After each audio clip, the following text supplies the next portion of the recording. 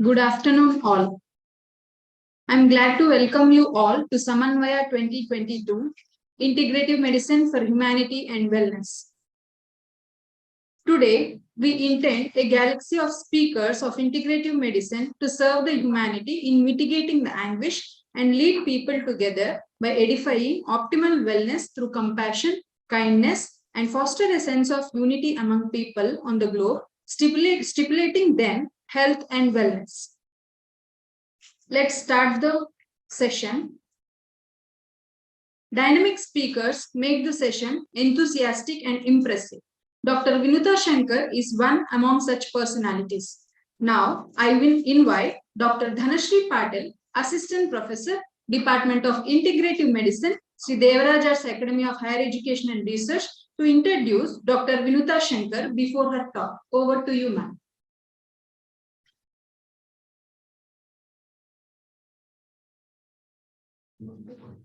I'm glad to introduce Dr. Vinuta Shankar, ma'am.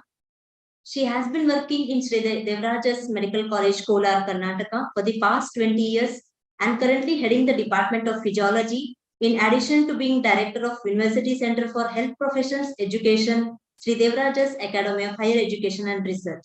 She has undergone training at National Teachers Training Center, JIPMER.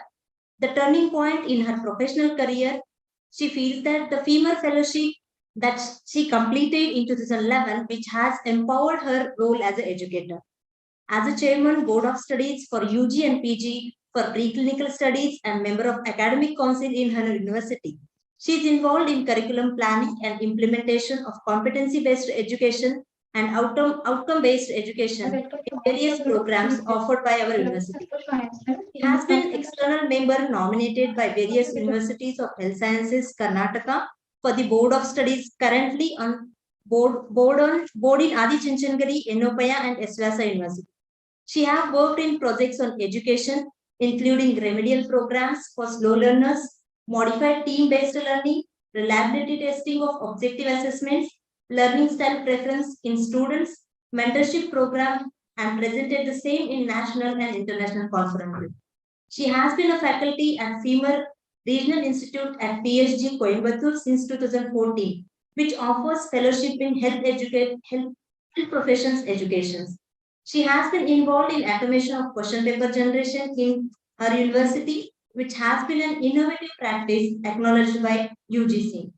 She played a vital role to introduce yoga in the curriculum of first-year MBBS students in our university. With this brief introduction, I welcome you, ma'am, to deliver a talk on the topic Yoga for Promoting Wellness in Elderly. Over to you, ma'am.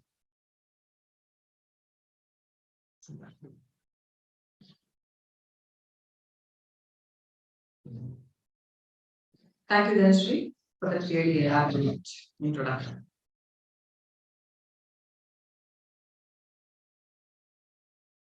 Good afternoon, everybody. I know it being a post-lunch session in siesta time, to have you engaged in a session is not an easy task. Let me try my best.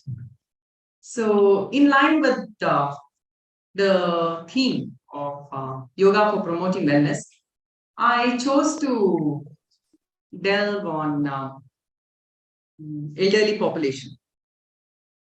So, being a physiologist, it has always intrigued me as to aging is a physiological process. So, I'm sure we cannot do anything about its progression, but how do we actually curtail all those things that come as comorbidities with it, and found a perfect solution in this ancient practice of yoga. So let me talk about a little about what the research says and what we have found out in this vulnerable population.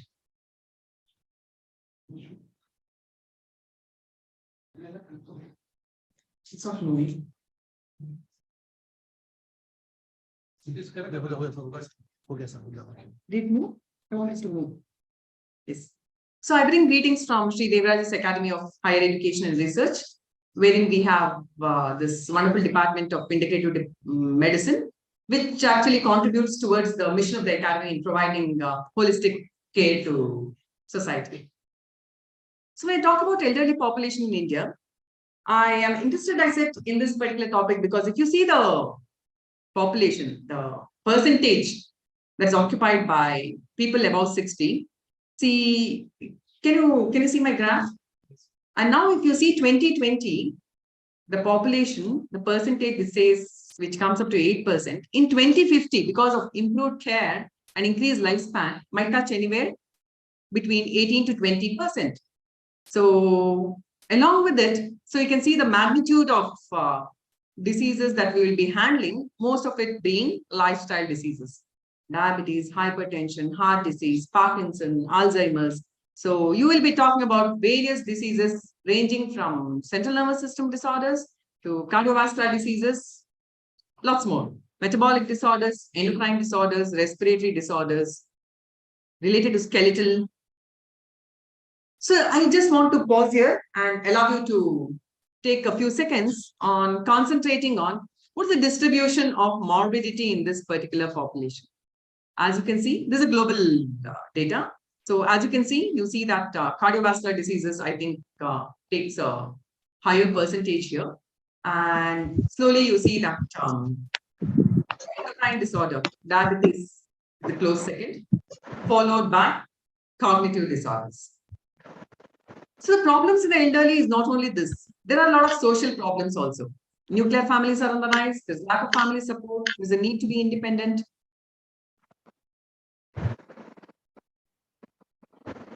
Epidemiological studies that have been studied all over India and Asia and also in the West have reported high prevalence of psychiatric disorders like depression and dementia in the elderly. The range can be anywhere between 10 to 30%. What I would like to stress here is the primary study outcome, subjective well-being, is gaining more importance in aging research. So when I say subjective well-being, I want to reiterate on this. Subjective well-being is extremely important, wherein we have a role in intervention in this particular domain. And this is shown to be closely linked to health. And morning, I think speakers were talking about quality of life. And this is where I would also like to concentrate my study on. Subjective well-being, quality of life, and what is research doing to show what has been done in this domain. So basically what happens is consequences of age-related disabilities due to sedentary lifestyle and restricted mobility are supposed to be the precursors for increased prevalence of non-communicable diseases. So we as physiologists think about, can we use yoga as physical activity intervention? I'm not trying to say yoga is a substitute for physical activity, nor am I going to propagate yoga is a physical activity. It is much beyond it. But our narrow area of research was, can yoga be used as physical activity intervention? So what we propose is increasing physical activity levels within community settings is a significant public health priority. You know that of late, Fit India is gaining much more importance, and fitness is at all levels. So it is important to develop interventions that improve healthy aging, reduce disability onset, and enhance quality of life. So once the elderly feel independent, we believe that the society is a better lot as a whole. So when I talk about yoga intervention, the preliminary definition, yoga is a form of, in physiology at least we say, yoga is a form of physical activity that aims to improve health and may be particularly suitable, especially for this older population. And if I talk about researchers, research indicates positive effects of yoga on several health-related outcomes. So at the end of the day, it's not important if I just say yoga helps, yoga is good, yoga does good to me, yoga did good to others. What do I have to show? I have to show evidence. What is the positive health outcome? Anything you want to say is good or bad, you have to show me evidence. What is the outcome? What is the positive health outcome? So empirical studies have been examining the benefits of yoga on well-being, but these studies in elderly are scarce. So Studies are concentrated on breath regulation, mindfulness, maintenance of postures. They're not normally a part of regular exercises that are recommended as a part of physical activity prescription by doctors. So how can yoga help? If you ask me this, we know its roots are in ancient Indian philosophy. There's a lot of literature. They say that it helps in physical, mental, spiritual well-being. It benefits sleep and hence quality of life in elderly. For elderly, in whom falls are very common and hence disability, we propose that focus of yoga on flexibility and balance helps reduce the risk of fall-related injuries in the elderly. So if I want to specifically target one particular disability and population, I would like to give it as a regimen or a treatment, or I want practitioners to have this particular module to prevent this disability due to fall that is seen in elderly. Further, with its multidimensional and holistic focus on the physical, mental, and spiritual approach, yoga may be more suitable and manageable than normal exercise for elderly. When I say normal exercise, it requires a lot of things, right? Like patient should be mobile to go, he needs to have a company, he needs to have a park close by. You know, in Bangalore or any cities, do you think you can walk on the road easily? You are more prone for injuries than you would do if at all you didn't have physical exercise. So this is more feasible. So when I say yoga intervention in elderly, we can talk about intervention in terms of pranayama, asanas, and meditation based on it is customized. Like if a practitioner has to do it, he has to customize the module and offer it to the population. It can be preventive or it can be curative. So for this, I think from morning you have heard lots about the 8 limbs. But I basically try to triangulate and say spirit, mind, and body, how these 8 limbs actually affect.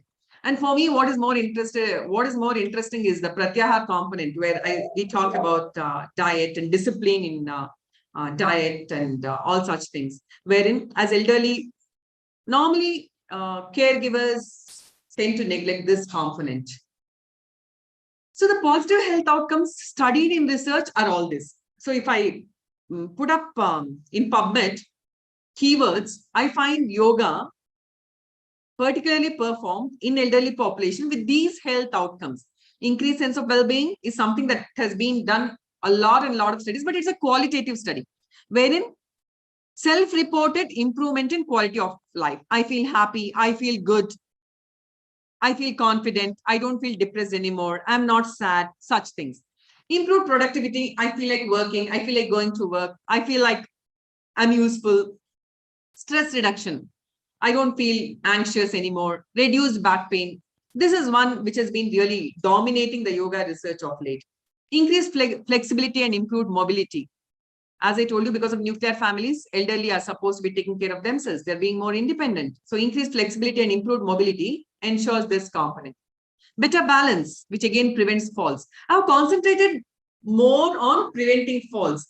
Somehow, when we keep reading about prevalence of diseases, incidence of injuries, we see that this fall is an inevitable component that happens in elderly. Our society is not elderly friendly. So you walk on a road, your houses are not suited to prevent injuries. Increase clarity and focus to make decisions, because you see that elderly population are the ones who get cheated very easily. They're gullible. So with the frauds that are taking place, cyber frauds, all those, they attend to the mobile calls, and you see all this phishing, mobile phishing, all these things, elderly are the targeted population. Improved sleep. Once you sleep well, you always feel good to start your next day. So these are the few articles. I'll just leave it here. You can go through. These are the articles that have actually done with scientific rigor and evidence accumulated based on, even the power of study has been good in these articles. So we can extrapolate these results to the general society. So here what interested me is this yoga and walking. And Iyengar yoga, because it is some yoga that was taken all the way from India and then propagated, and a lot of research has been done in the US, more than what we have done here. So I want you all to go and just have a look, just type this in your PubMed, and then you'll see so many articles coming up, which are so interesting. And you'll also understand how you can sort of combine qualitative and quantitative parameters. So I did a lot of literature search on improving balance and yoga's intervention in improving balance and other psychological factors. But what happens is there is a difference in quality in reporting. So practitioners are not taught to conduct yoga with the scientific design. So the results they report, they do wonderfully well. The subjects who have undergone yoga training in the camps, yoga training in the departments actually report that they are doing well. But the way the practitioners report lack the scientific, what do you say, the science of reporting, and hence to make conclusions and propagate is becoming a little difficult. Adverse events are not being consistently discussed, or maybe even if they were present, they were not reported. So generally you get an idea that it is safe for use in the general population.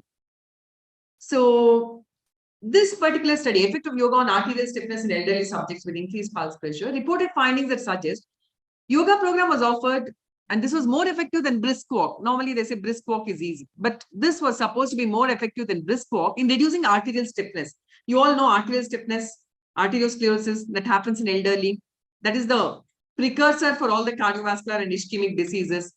So they thought that this actually helped. Yoga helped in reducing the arterial stiffness. And for me, what is important is the way yoga has been shown, both with respect to quantitative and qualitative parameters, the sympathetic activity. It also improves endothelial function by improving the bioavailability of nitric oxide. Just to brush up your memory, you all know the role of autonomic nervous system, sympathetic and parasympathetic. And we all know that if at all you have a tilt towards parasympathetic nervous system, you are a more relaxed, happy, healthy person, as compared to a person who has sympathetic dominance, who is always stressed, on the verge of ready to fight or ready to run away, or always in a state of, hyper anxiousness. So autonomic nervous system in elderly is known to affect the parasympathetic control. So that's the problem. In general, you see as you grow old, there is parasympathetic decline, reducing vagal tone and heart rate variability. So they have a higher risk of cardiovascular disease and sudden cardiac death. That's the commonest, sudden cardiac death due to fibrillation because of autonomic imbalance. Yoga intervention started much earlier has been shown to restore the sympathovagal balance, and this the cardiovascular homeostasis. So this is just a graphic representation. Any stressor, sympathetic nervous system gets activated, and all these things. You all experience this, right? All of you have experienced this response when you take up exams, when you have a viva, when you are getting newly enrolled to a program. A lot of things happen, right? When suddenly the professor calls you and says, I want to talk to you regarding your recent performance in exams. So all these are physiological responses. Whereas parasympathetic nervous system, you don't get to see this. This you have to practice. To see the effect of parasympathetic nervous system, you have to practice. You have to master it. Then you will see all this. You will see everything slows down and you're really in a better state of mind to think. There's clarity. Studies have proven that even you need not practice diligently for many years. Even it has an immediate quieting effect on the sympathetic nervous system, shifting the balance towards parasympathetic dominance. So many times these quick relaxation techniques, deep relaxation, all those things are taught just before you encounter a stressor. The most important finding that has been documented in journals are with respect to effect of relaxation techniques.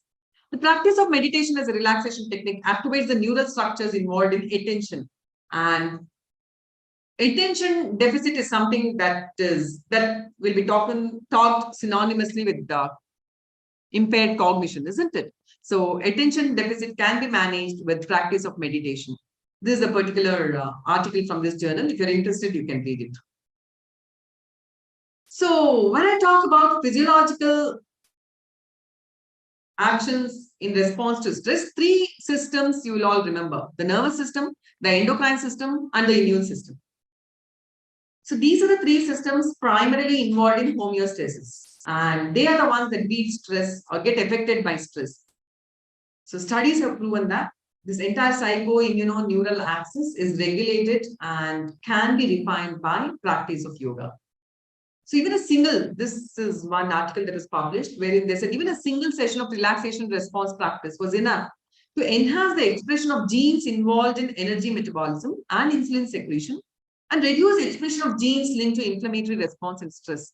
So to the molecular level, it has been studied, and biochemical markers and genetic markers have been studied, analyzed to see what is the effect of this relaxation response practice. So it's not just a, what do you say, a gross response or a macro level response. Even at the micro level, even at the molecular level, you see changes, which alters the genetic makeup itself, the genetic expression. What was more interesting is there was an effect even among novices who had never practiced before.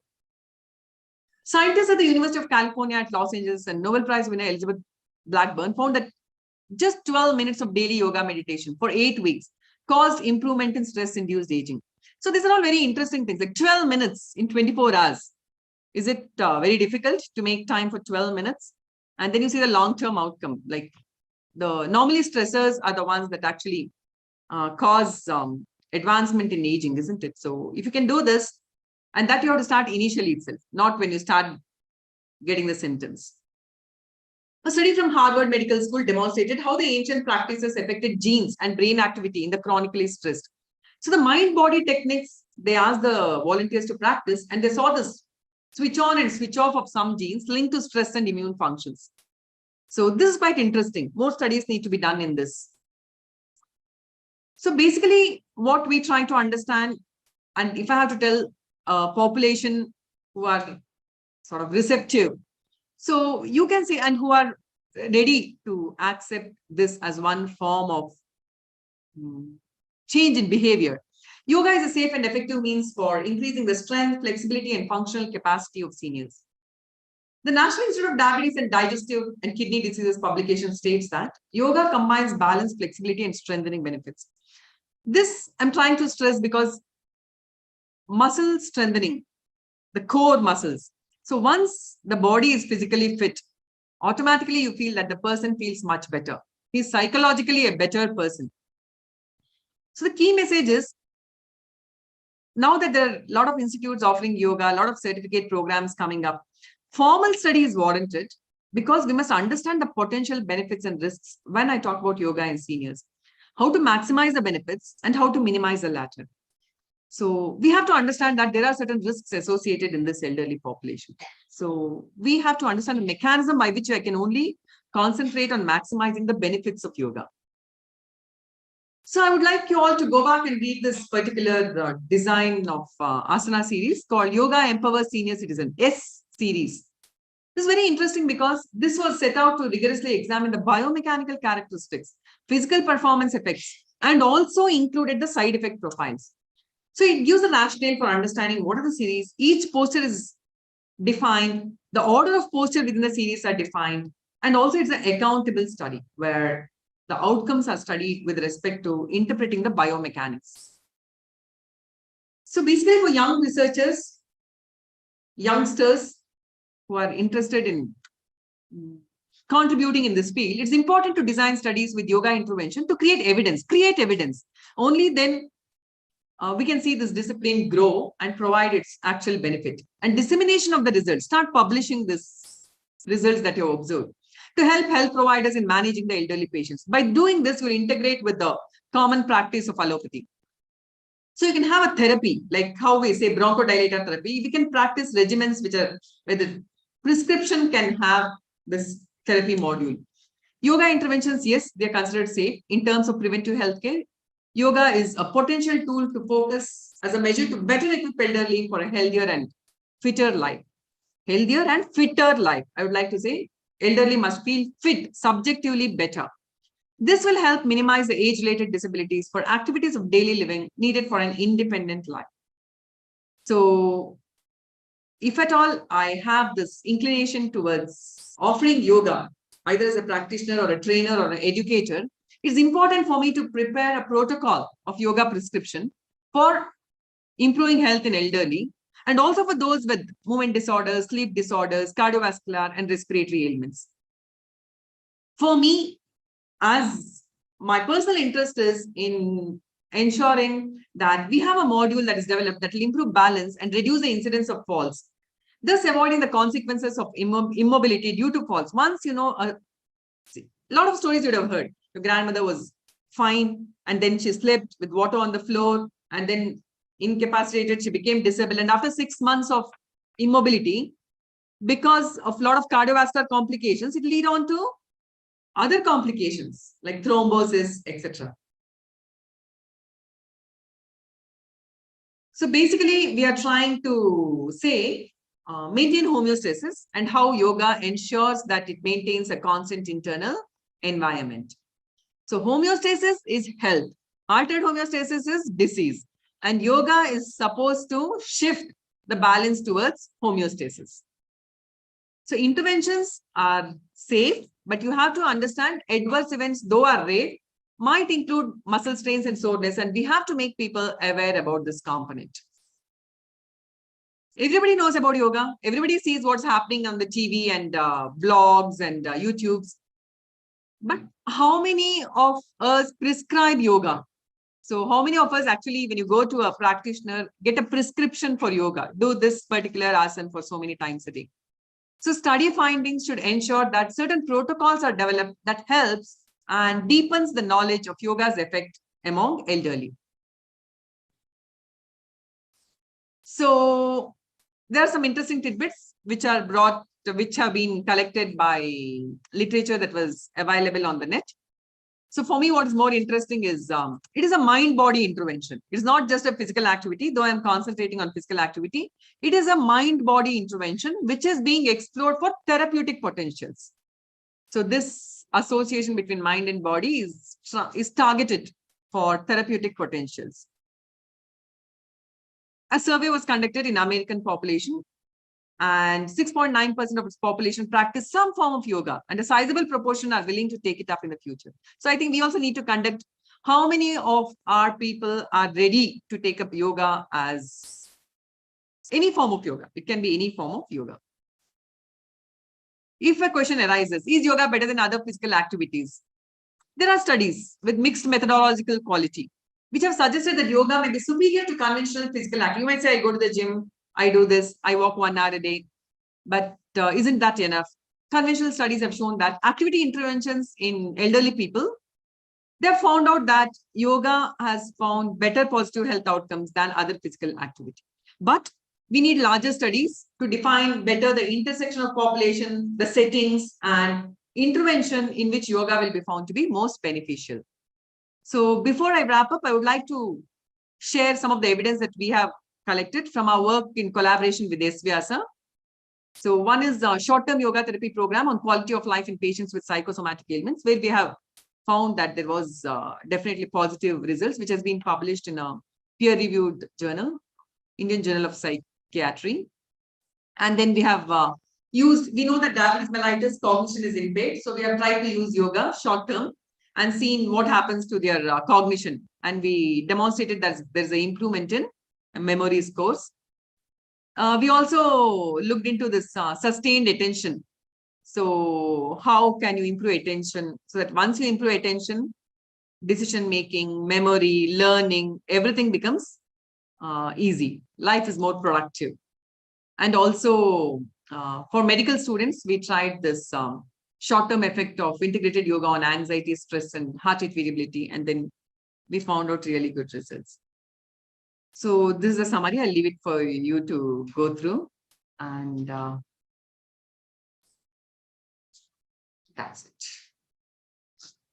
I have 2 more minutes. I would like to tell the last 3 points also. Yes. I don't know if I can comment on cost effective. I would say cost neutral, easy to learn and practice. That is, if you have a good instructor.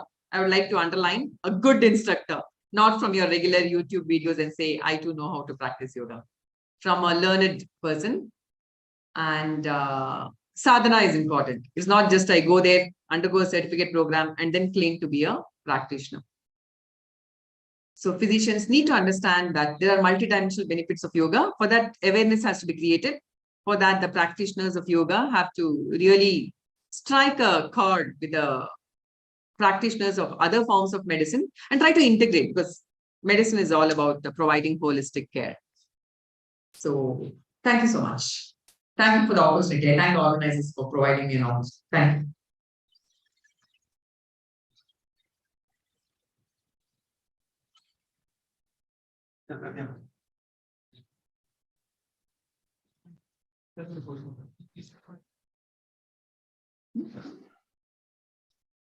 We'll take that.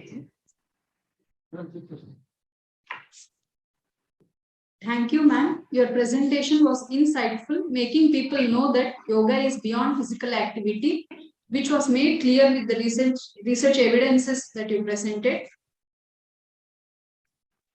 Now, I request Dr. Patil Inje, Associate Professor, Department of Integrative Medicine, to present a memento to Dr. Vinutha.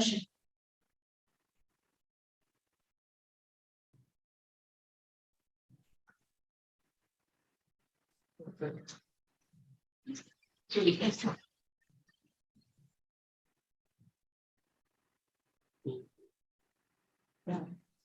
I need to do yoga to improve my Thank you. Thank you so much. Thank you, ma'am.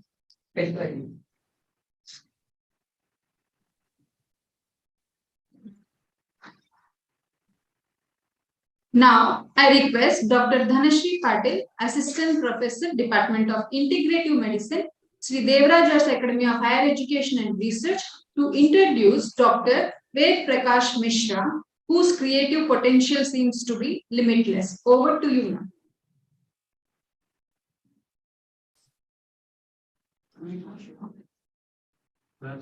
I'm honored to introduce Professor of Excellence, Professor of Eminence, and Professor Emeritus, Dr. Ved Prakash Mishra, sir.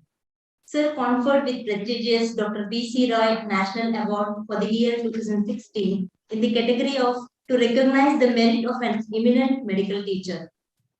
He also conferred with DSc by 7 Indian Health Science Universities and 1 DMSc by an Indian Health Sciences University in recognition of selfless services rendered to the cause of medical education of impact and consequences at national and international level. Sir, 88 registered copyrights to the credit in the domain of medical education. He is the national head of the academic program of Indian Program UNESCO Chair in Bioethics Haifa, and member of the International Committee for Bioethics for Asia Pacific region. He is the chief advisor to Honorable Chancellor and Krishna Institute of Medical Sciences, deemed to be University, Karad.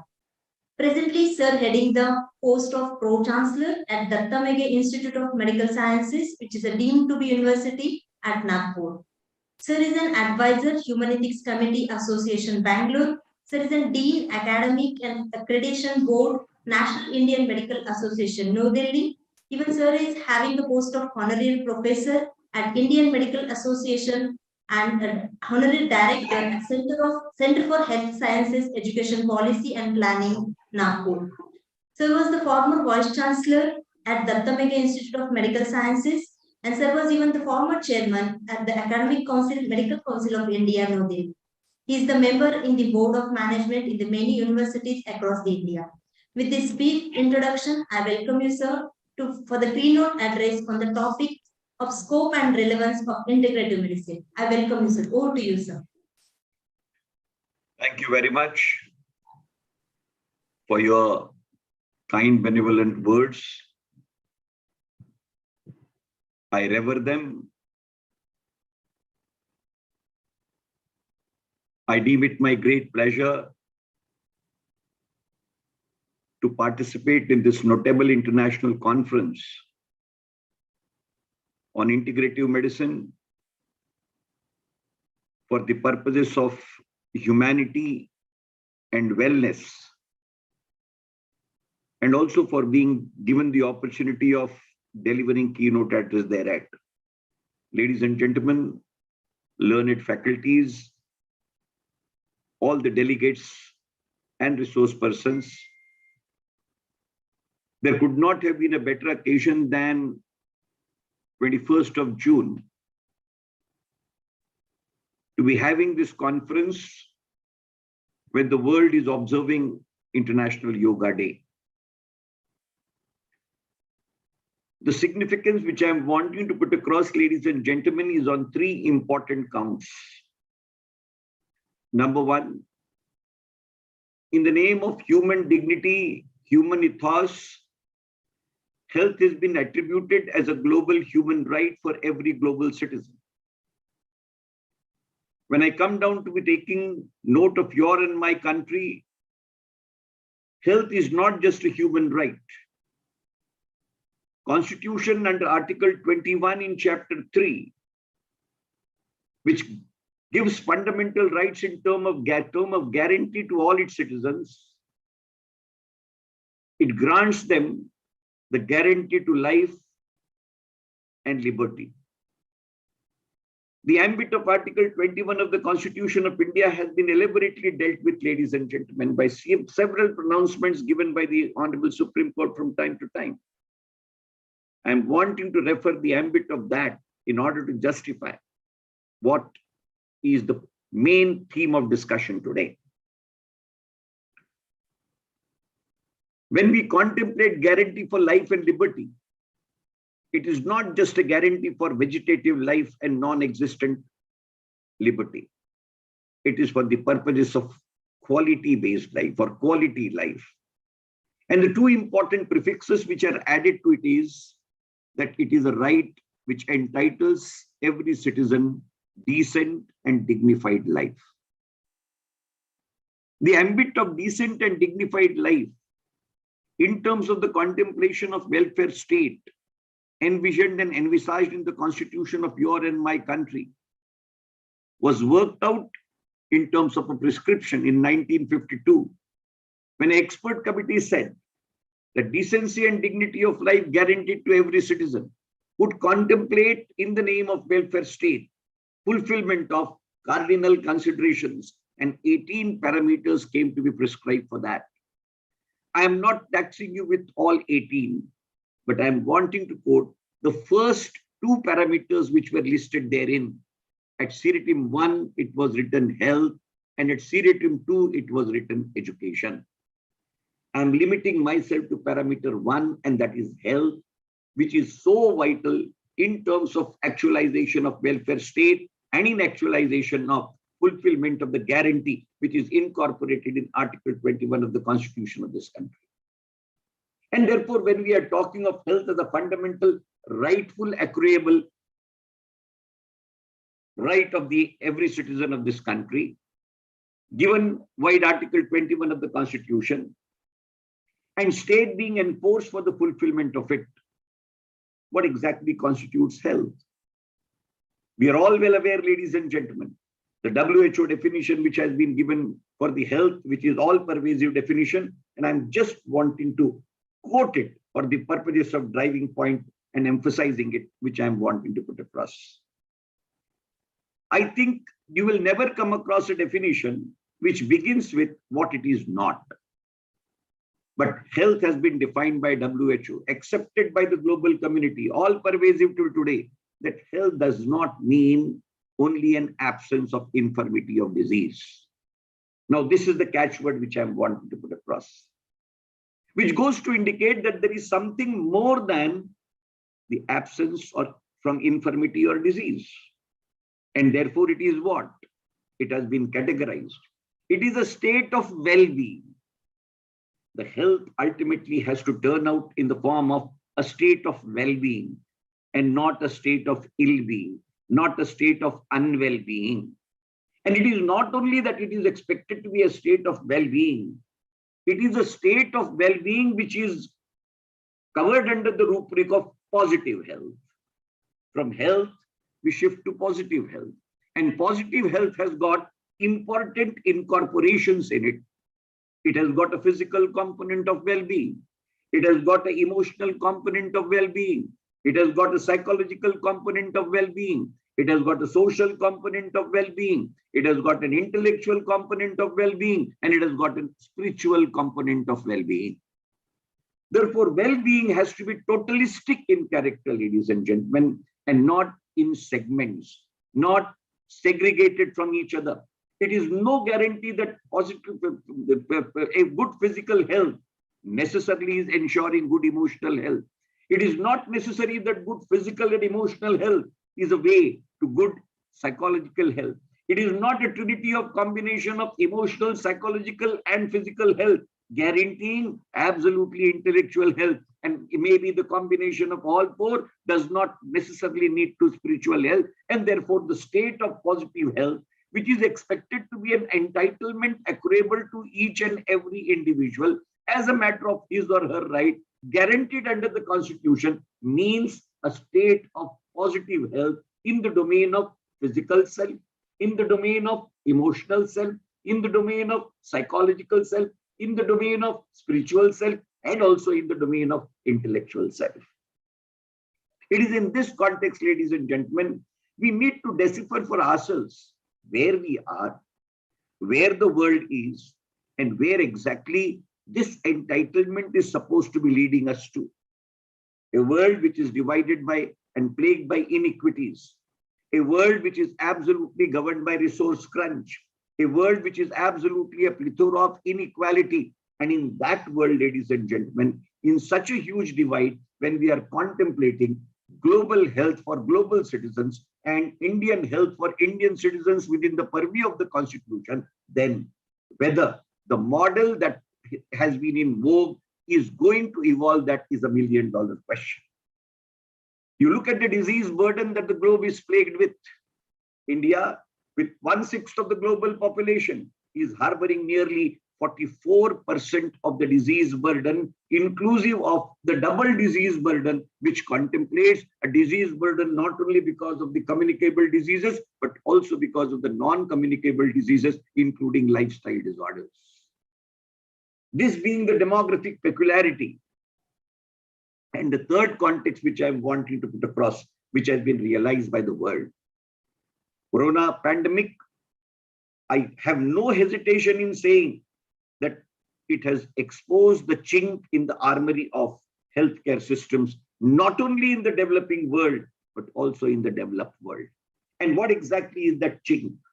It has gone to demonstrate one thing succinctly, ladies and gentlemen, that the model of curative medicine is no guarantee to positive health. And the model of absolutely overemphasis on curative medicine ultimately is not a boon, but it is a bane.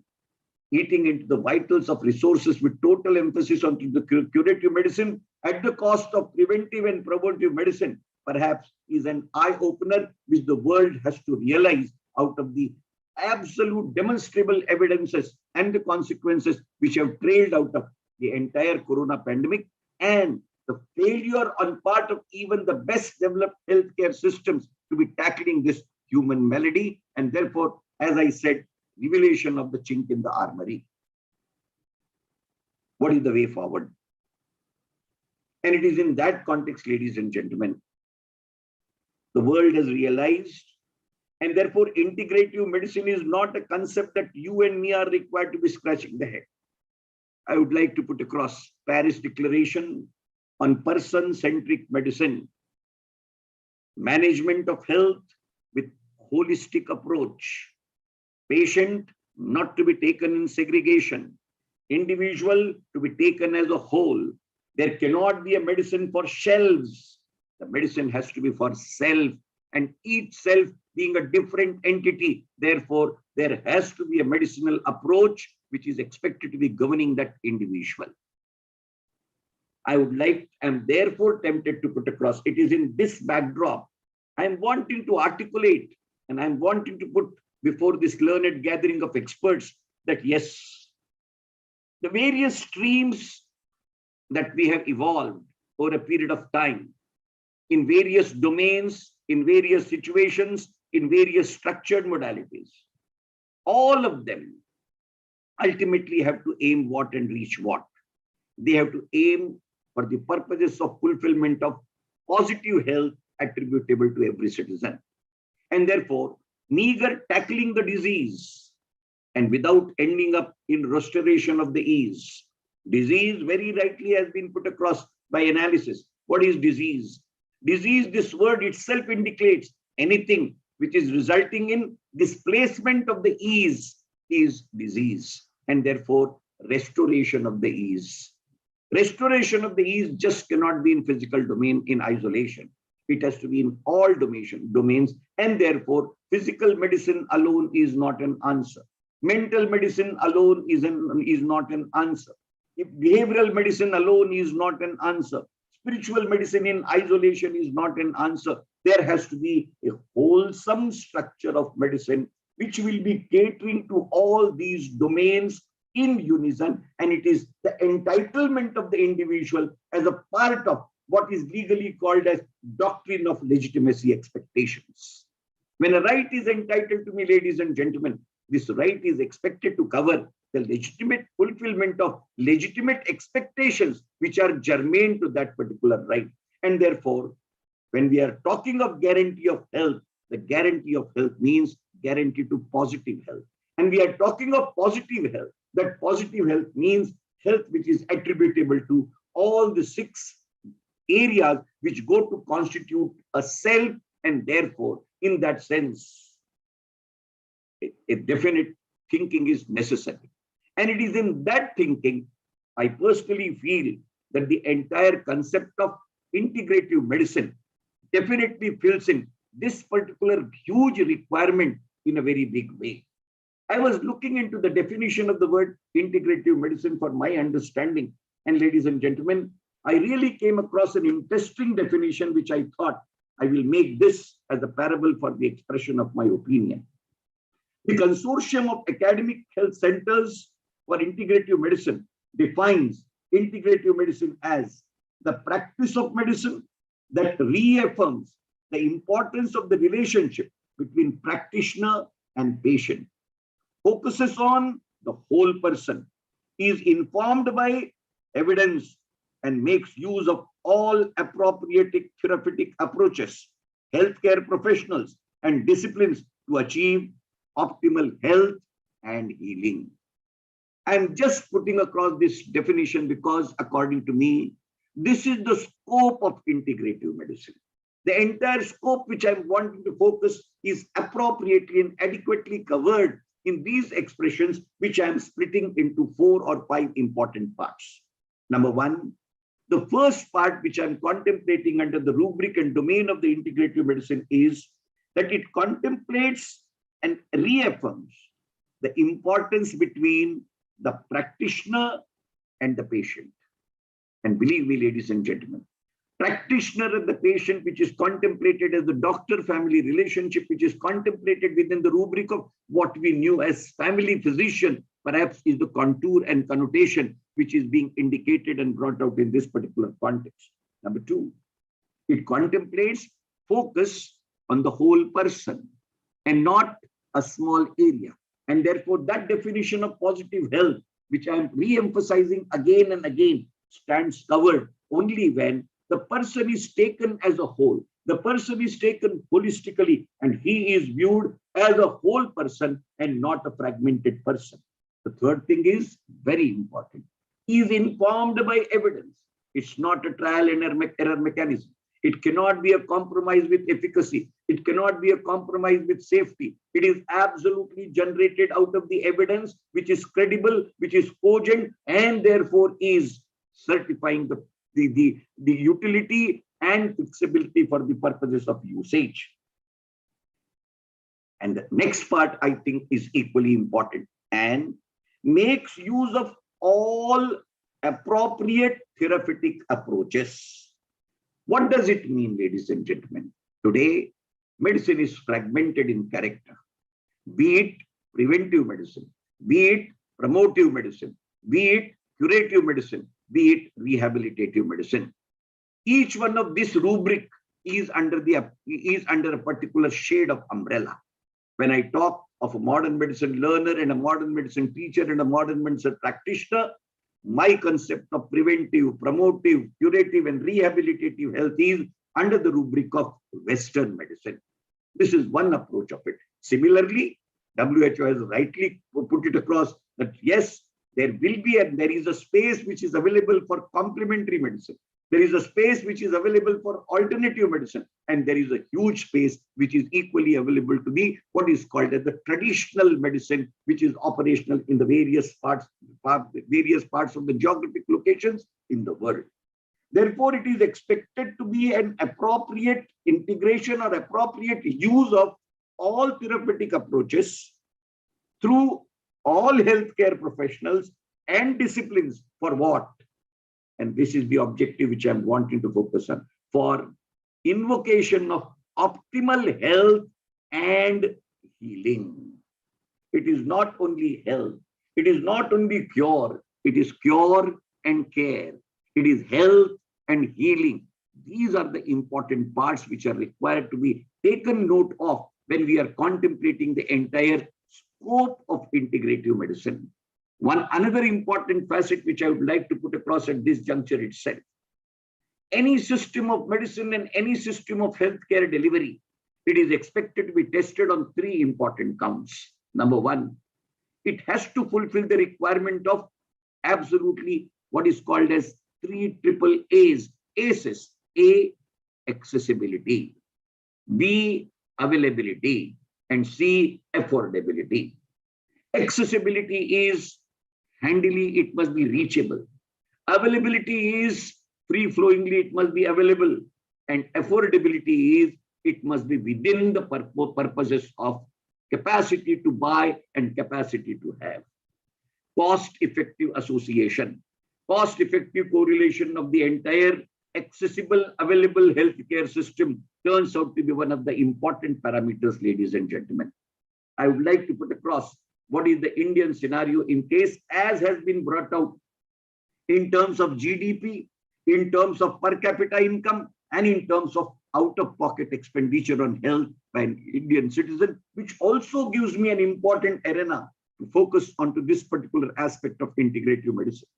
Ladies and gentlemen, we are ranked in the year 2019-20 as at 142nd rank in terms of per capita income. We are 142nd. It was recommended that our public health expenditure in 1952, the recommendation was that it must be 6% of our GDP. Even today, if you take into consideration, our expenditure has never gone beyond 3% through all these 70 years of independence. The second reality that has to be taken note of.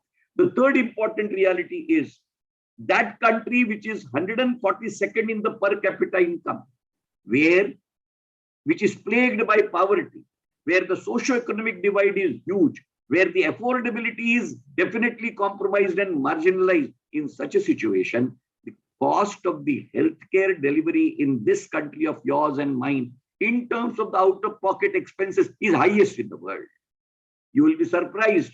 The global figures say that in case of public health, in case of public healthcare, the out-of-pocket expenses in this country to be borne by every individual is to the extent of 66.86%. And when it comes to non-public, that is private, it turns out to be 96.8%. And when it comes to be average, it turns out to be nearly somewhere around 80%. Ladies and gentlemen, a country where the gross capita per capita income is so poor, ranking 142nd in the world, what is the meaning of this? That it is stopping the entire list of even developed nations in terms of the out-of-pocket expenditure. Is it not a matter of huge concern? As if this is not enough, another important statistical connotation should be an eye-opener for all of us. Nearly 1/3 of the population, 32.6% of the population, it is said, if it is required to sustain a bout of critical emergency care, singular in nature, once the cost of that is, it ends up in resulting in some mortgaging in some form for the purposes of the payability of the cost.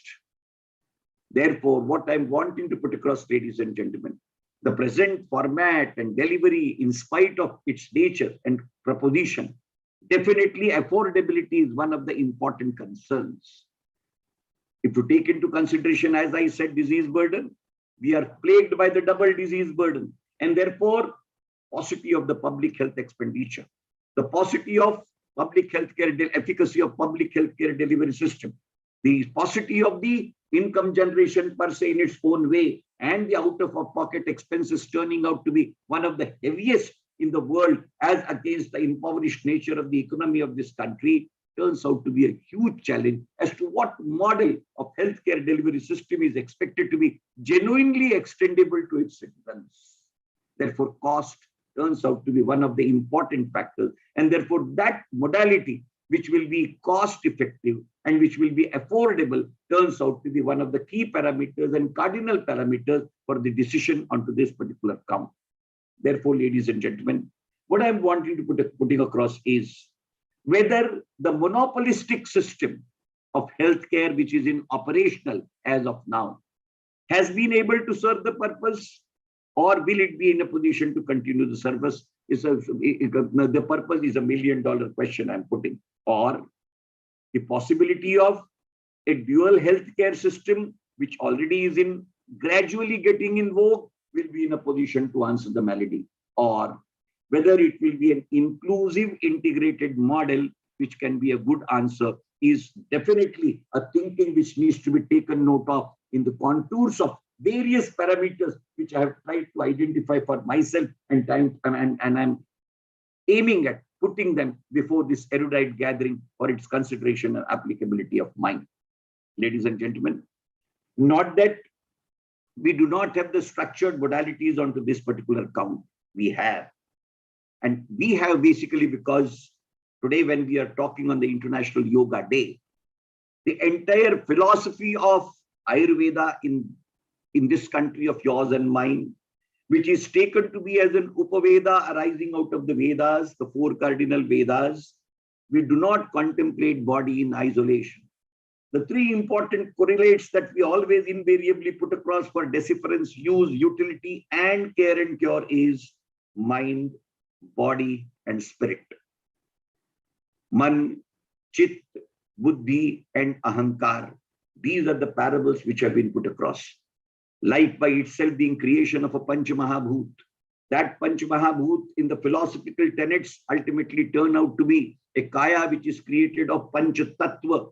And that Panch Tattva which ultimately is expected to be working out in the domain of not only a physical ethereal body, but also in the form of a mind, also in the form of a spirit. And therefore, it is the integration of mind, body, and spirit which goes to constitute the integration of the entire self. And therefore, the well-being that is contemplated in terms of this is well-being of the mind, well-being of the body, and well-being of the spirit. Therefore, the emphasis in terms of ahar, the emphasis in terms of achar, the emphasis in terms of vihar, the emphasis in terms of samskar, the emphasis in terms of dinacharya, the emphasis in terms of ritucharya, all this is for what? All this has been contemplated as a person-centric medicine for self. And it is this person-centric medicine for self which by itself connotes that it is not just a way of cure. It is not just a way of care. It is a way of life in which meditation and yoga, the entire concept of Patanjali in terms of the Ashtanga Yoga, brings out so succinctly as to what exactly is supposed to be catering to the entire well-being of the body in terms of yam, niyam, asan, pratyahar, asteya, dhyan, dharana, samadhi. What exactly this chronology contemplates? It's not a physical exercise. It's a meditation. It's an involvement. It's an indulgence. It's an essence of participation. It's an essence of purity. It's an essence of sanctity, as rightly put in by my previous speaker, that ultimately it is a sadhana in its own way, which ultimately is going to generate a perceptible sense of absolute well-being, which will be in a position to give a well-being to the physique, to the physical self, to the mental self, to the emotional self, to the psychological self, and to the spiritual self, which is the requirement of what is contemplated as catering to the concept and catering to the cause of positive health. Ladies and gentlemen, there are huge divergences of opinions. Yes. And those divergences are primarily basically because we are falling short of evidences to propagate the cause on this count. Definitely, no doubt about it, there will be a need for generation of evidences. And those evidences have to be cogent and credible, standing to the scrutiny of what we call as parameters, which have been prescribed by the sciences. And it is only on sustaining onto that particular test, the things will get advocated. But before, ladies and gentlemen, what I was wanting to put across was, in the backdrop of the analysis over a period of time, the global community has also come to a conclusion that ultimately the way forward is person-centric medicine. The whole medicine for the whole person. Medicine not just a matter of indulgence for the purposes of curing the disease, but also for the purposes of working out the conceptual and operational frame of well-being, which is expected to be thought, felt, achieved, attained, and accomplished. These are the 5 parables which are expected to be governed and covered. And therefore, I'm so very happy that this conference, having taken up this particular theme, has definitely done a human service and a great job in invocation of integrative medicine as a way forward. Integration medicine, and classically speaking, if you take into consideration the models which are available, look at the model which is available in China, look at the model which is available in Vietnam. These are the 2 models which are before us. Huge population in China as large as ours. The model has worked, and therefore, I am not being an expert into really this particular domain. I may not be in a position to highlight the various aspects which are expected to be really dealt with. But yes, as a humble teacher in the domain of modern medicine, having served my life into that particular arena, taking stock of what the situation is and taking stock of what the reality is, I thought it appropriate that yes, this is the way forward, which has to be looked into, which has to be imbibed. I'm happy that there is a great consciousness which is developing onto this particular count, but maybe that this consciousness more not arising out of a ritualism, it has to be scientific evidence-based. It is that evidence basis which ultimately is going to be clicking the realistic situation for its propagation, for its use, for its utility. But let me tell you, the core lesson that integrative medicine is in a position to put across is medicine cannot be a one-time approach. It has to be adopted as a way of life. Work out the ways of life, suiting the merit and elevation of the various 5 shelves, incorporating the self of the individual. It is that integration which ultimately turns out to be the core relevant area of integrative medicine. Integration of medicine is not just integration of medicinal approaches. It will be too naive to think that if all disciplines and pathies are integrating for the purposes of a targeted good, that is the model of integrative medicine. No. Integrative medicine means integration of the individual himself or herself in the realm of 5 important segregations to be working in tandem and unison. Therefore, integration of body, mind, and spirit is the integrative medicine, and the ways and means for catering to that particular cause in unison in terms of a wholesome, holistic approach, to my understanding as a layman on it, is integrative medicine. This is all from my side as a part of my submission to my naive understanding on this issue, which definitely is devoid of any specific expertise thereon. But I thought this was one occasion on this great day, the International Yoga Day. I thought it imperative, more as a part of my duty, I would like to put this across before this learned gathering for its use, utility, if any, and at least carrying forward this in its most suitable and probable manner. Thank you very much, ladies and gentlemen, for patient listening. I record my thanks and gratitude to the organizers for giving me this opportunity of putting this keynote address in this notable conference. Thank you very much. I am obliged.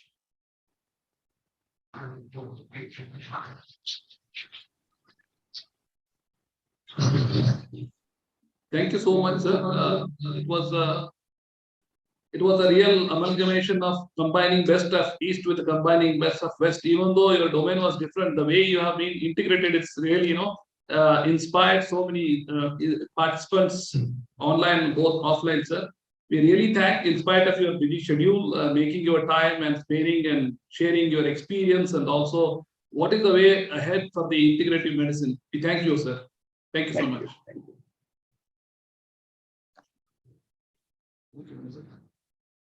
Yes.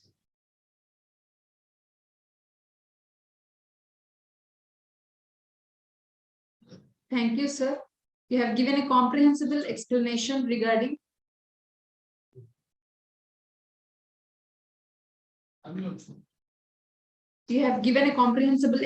explanation regarding integrative medicine and its scope. Thank you. Unmute. Now, I invite the most incredible and dexterous personality, Dr. Prabhakar K., Professor, Department of General Medicine, Sri Devaraja's Academy of Higher Education and Research, to join us. I humbly request Dr. Patil NJ, Associate Professor of Integrative Medicine, to introduce Dr. Prabhakar K.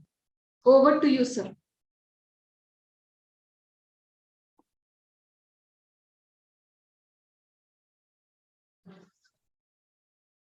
It's my honor and proud privilege to introduce the pillar actually of the integration, or the center point of the integrative medicine in this particular organization. We are very much fortunate to have Dr. Prabhakar sir. He is there with us since from the initiation of this department, and he has been supportive throughout. Maybe academic activities, basically the clinical services, and also especially the research component, where CCRS really supported us, and he was the man behind support for all that.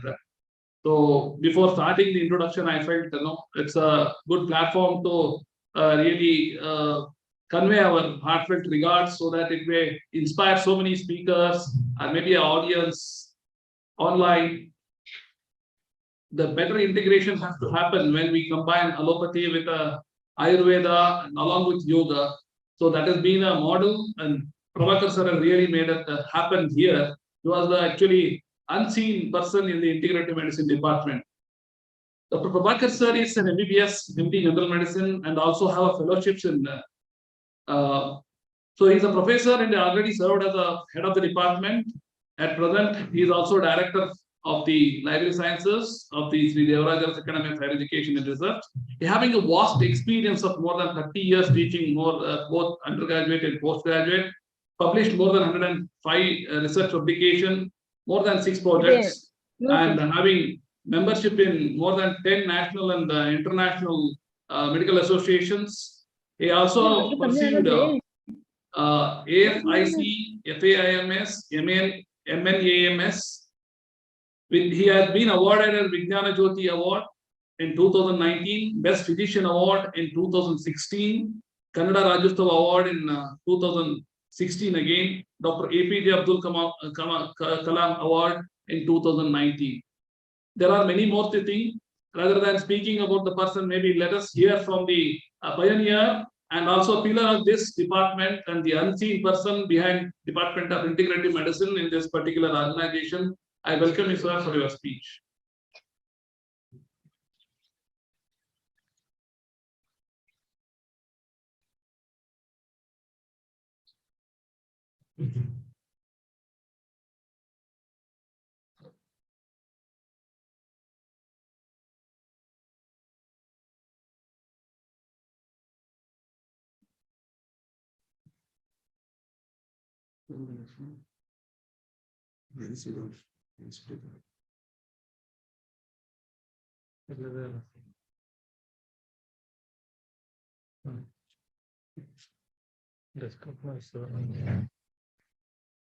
Sir, you do have a test project. Sir,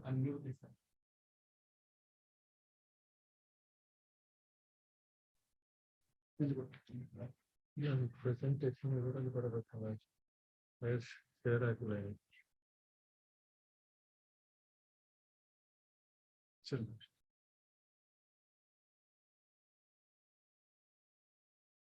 So,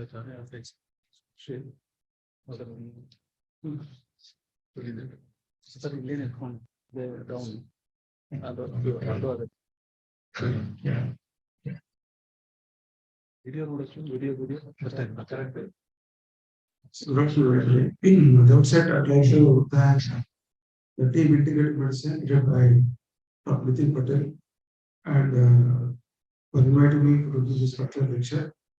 And I'm always being a clinician, being general medicine department for the last 3 decades, but I still believe that the integration, whatever happened till now, especially in a country like ours, which is invented a fantastic science for yoga more than 5,000 years ago, we still could not integrate completely the modern medicine, so-called modern medicine, with the so-called yoga and other ancient medicine, which our ancestors were following. The topic given to me today is yoga, role of yoga in the non-communicable disease. Before I go to the topic, I strongly believe one particular, like if somebody asks me what is yoga about?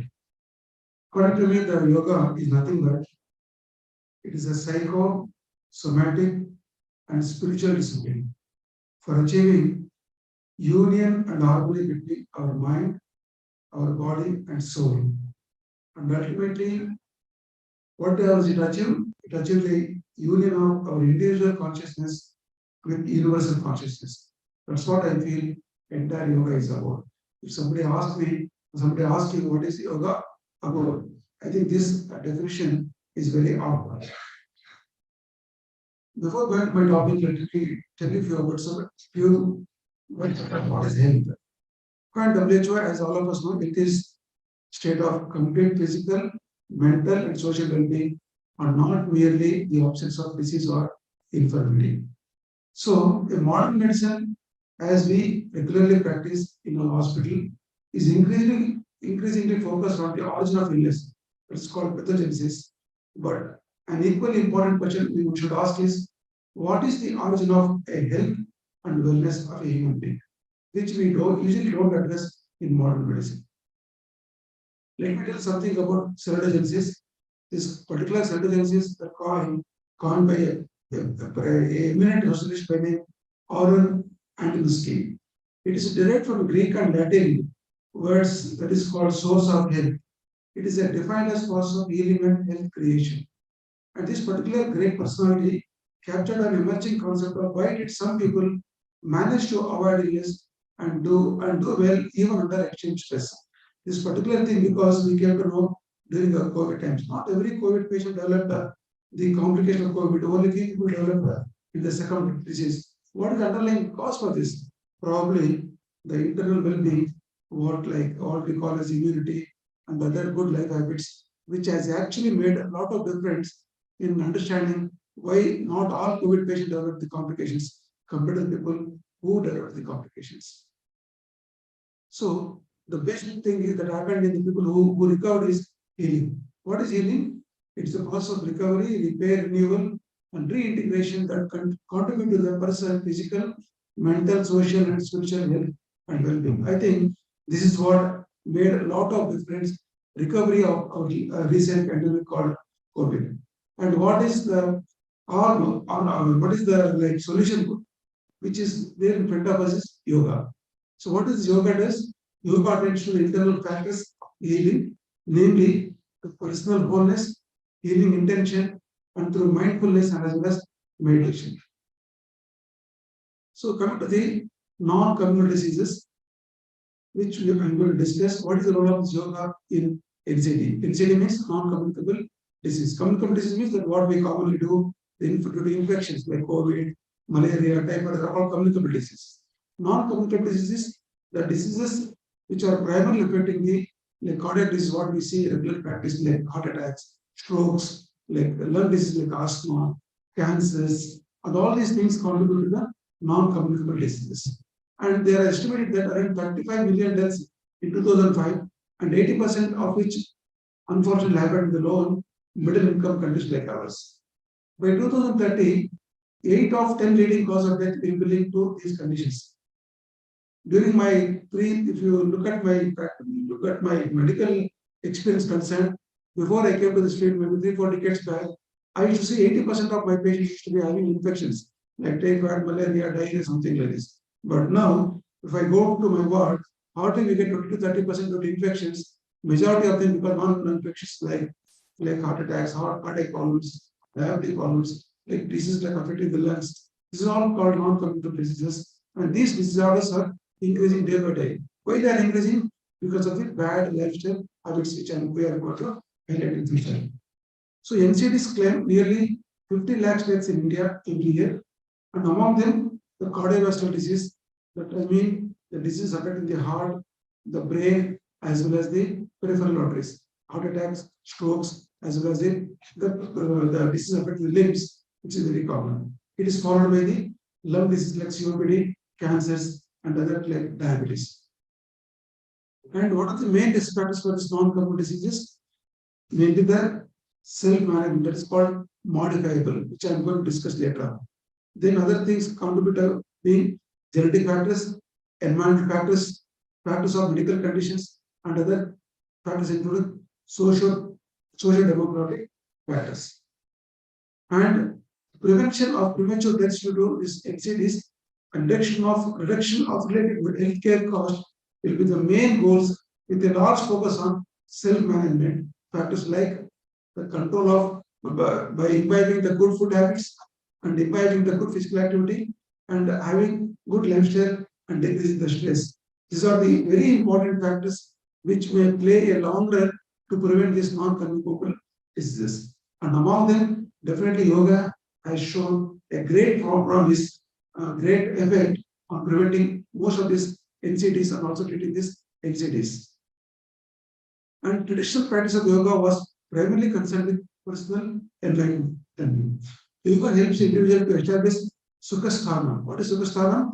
Which is defined as a dynamic sense of physical, mental, and spiritual well-being of a human being.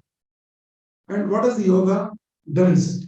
What are the qualities of yoga which can help a person to which can play a long-run effects on our body? One is it increases the cardiorespiratory rhythm, it improves the hemodynamic function, it improves the respiratory function, it improves the body flexibility, it improves the isometric nature of exercises, which is yoga usually like asanas practice, which also helps stretching of the body and helps in burning calories and improving the lipid parameters. It also decreases the perceived exertion of exercise. Normally, when we exercise, we feel the exertion. We use limit our exercise because we feel exertion due to the exercise. But when the person practicing yoga for long duration, definitely that it decreases the exertion, the perception of exertion. It decreases long run. It also helps in improving the psychophysiological functions, and it also great local muscular adaptation also will improve. Like it improves the lactic threshold of the muscles, and also modulates the frequency and duration of the practices. Let us go the what yoga does in a disease states, especially NCDs. We know we'll come to the different stages of NCDs. Come to the bottom one, to the stage one. A person who is stressed, either mental, physical, who is having good dietary habits, improper physical activities, and environmental factors like the pollution. What happens? The patients will have abnormal composition of the blood as well as lymph called toxemia, and these things results in what? Bacterial dysbiosis. That means a person start developing the harmful bacteria in their gut. They will disrupt circadian rhythm, there were metabolic derangements and resulting in systemic inflammation. Ultimately, what happens? There will be change in the biochemical parameters, resulting in what? Diabetes, cardiovascular diseases, obesity, cancers, COPD. What we are talking about like today is non-communicable disease. All these factors can be reversed by doing yoga. How yoga can help? Yoga definitely can help by practicing yoga. There will be elevation of brain-derived neurotropic factors, which positively balances neuroendocrine pathways, which reduce the oxidative stress inflammation of the body, which provides favorable change in the gene expression, and there will be homeostasis in the hypothalamo-pituitary axis. And what does it does in the whole course of time? At the last stage, there will be improved gut microbial symbiosis. There will be good regulation of immune system. It improves the insulin sensitivity. It improves the adaptive responses, and there will be regulation of the circadian rhythm. Ultimately, what happens? What are the problems the person is going to develop, either diabetes or COPD, that can be easily reversed by doing the yoga? And all these things are not just theoretic. Lot of some lakhs of randomized control studies have been done to prove this particular thing. And just now I said what contributes to NCD? Things like obesity, diabetes, hypertension, respiratory condition like COPD, bronchial asthma, condition like CAD, chronic kidney disease, neurological conditions and psychiatric illness. All this contributes to non-communicable diseases. Let us talk about these diseases one by one. Let us start with obesity. As all of us know, obesity is a global health burden, and its prevalence is increasing day by day due to very bad or Western lifestyle. Most of our youngsters are like adopted nowadays. And chronic adiposity is associated with metabolic imbalance, which leads to abdominal lipid parameters called dyslipidemia, diabetes mellitus, hypertension, as well as the cardiovascular disease. So this particular graph it shows that how obesity causes the various complications. A person who is obese, there will be increased free fatty acids, which results in insulin resistance, which causes development of diabetes, which in turn results in cardiovascular disease. This increased free fatty acids will cause increased abnormal lipid parameters like triglycerides, which can also increase the hypertension. So, what is metabolic syndrome?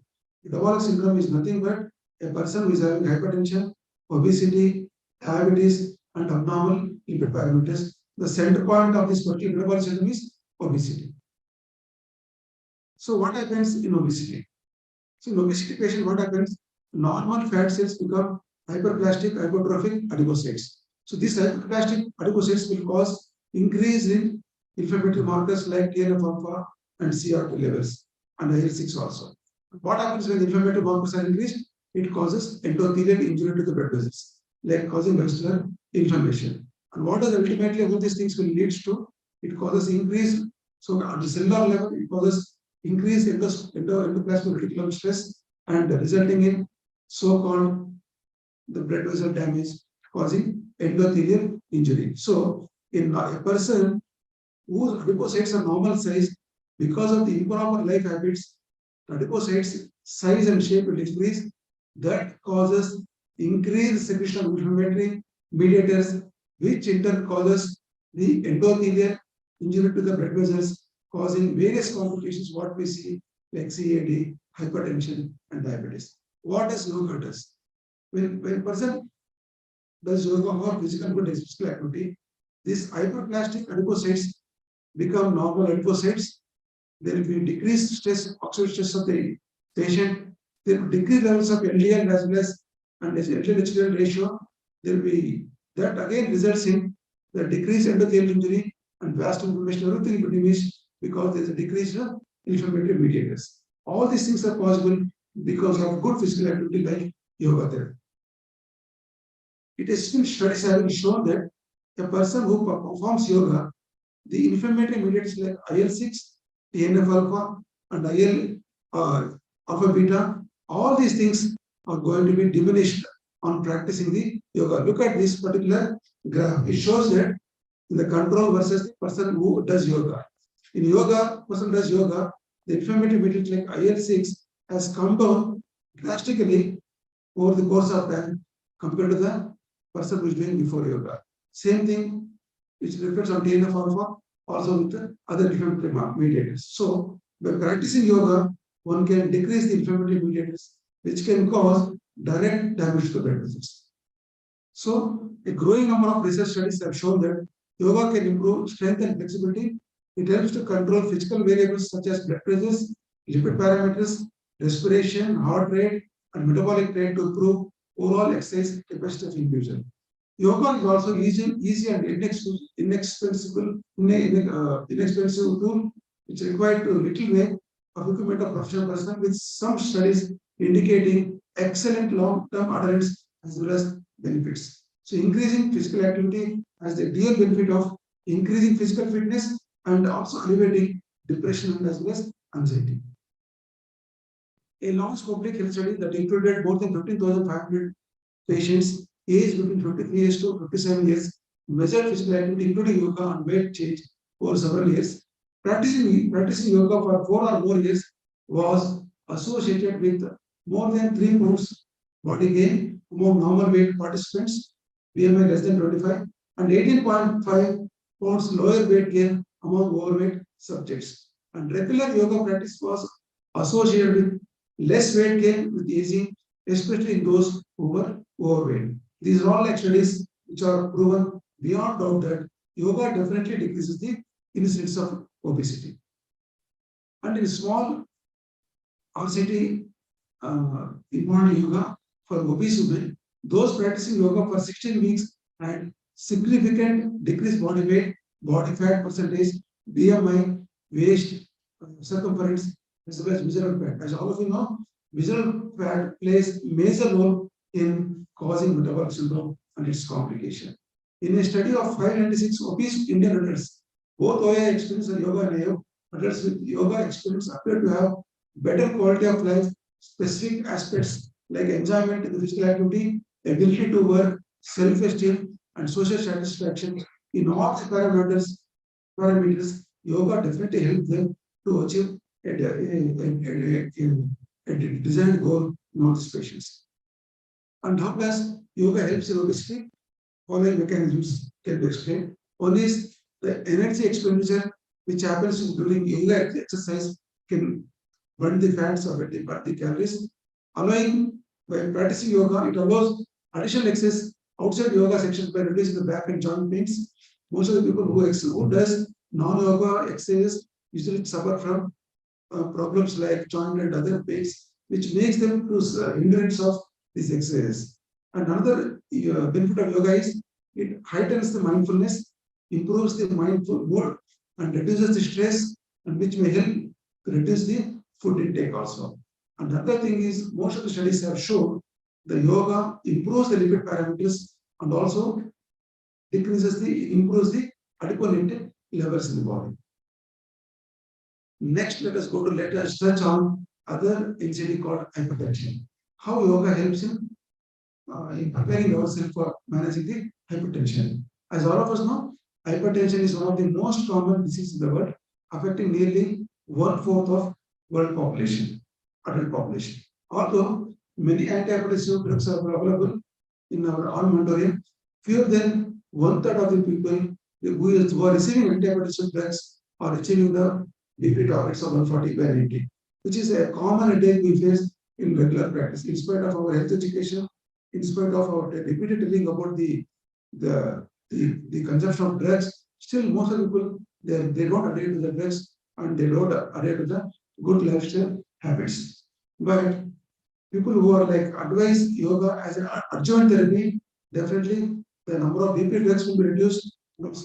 They can reach the BP targets at a proper time.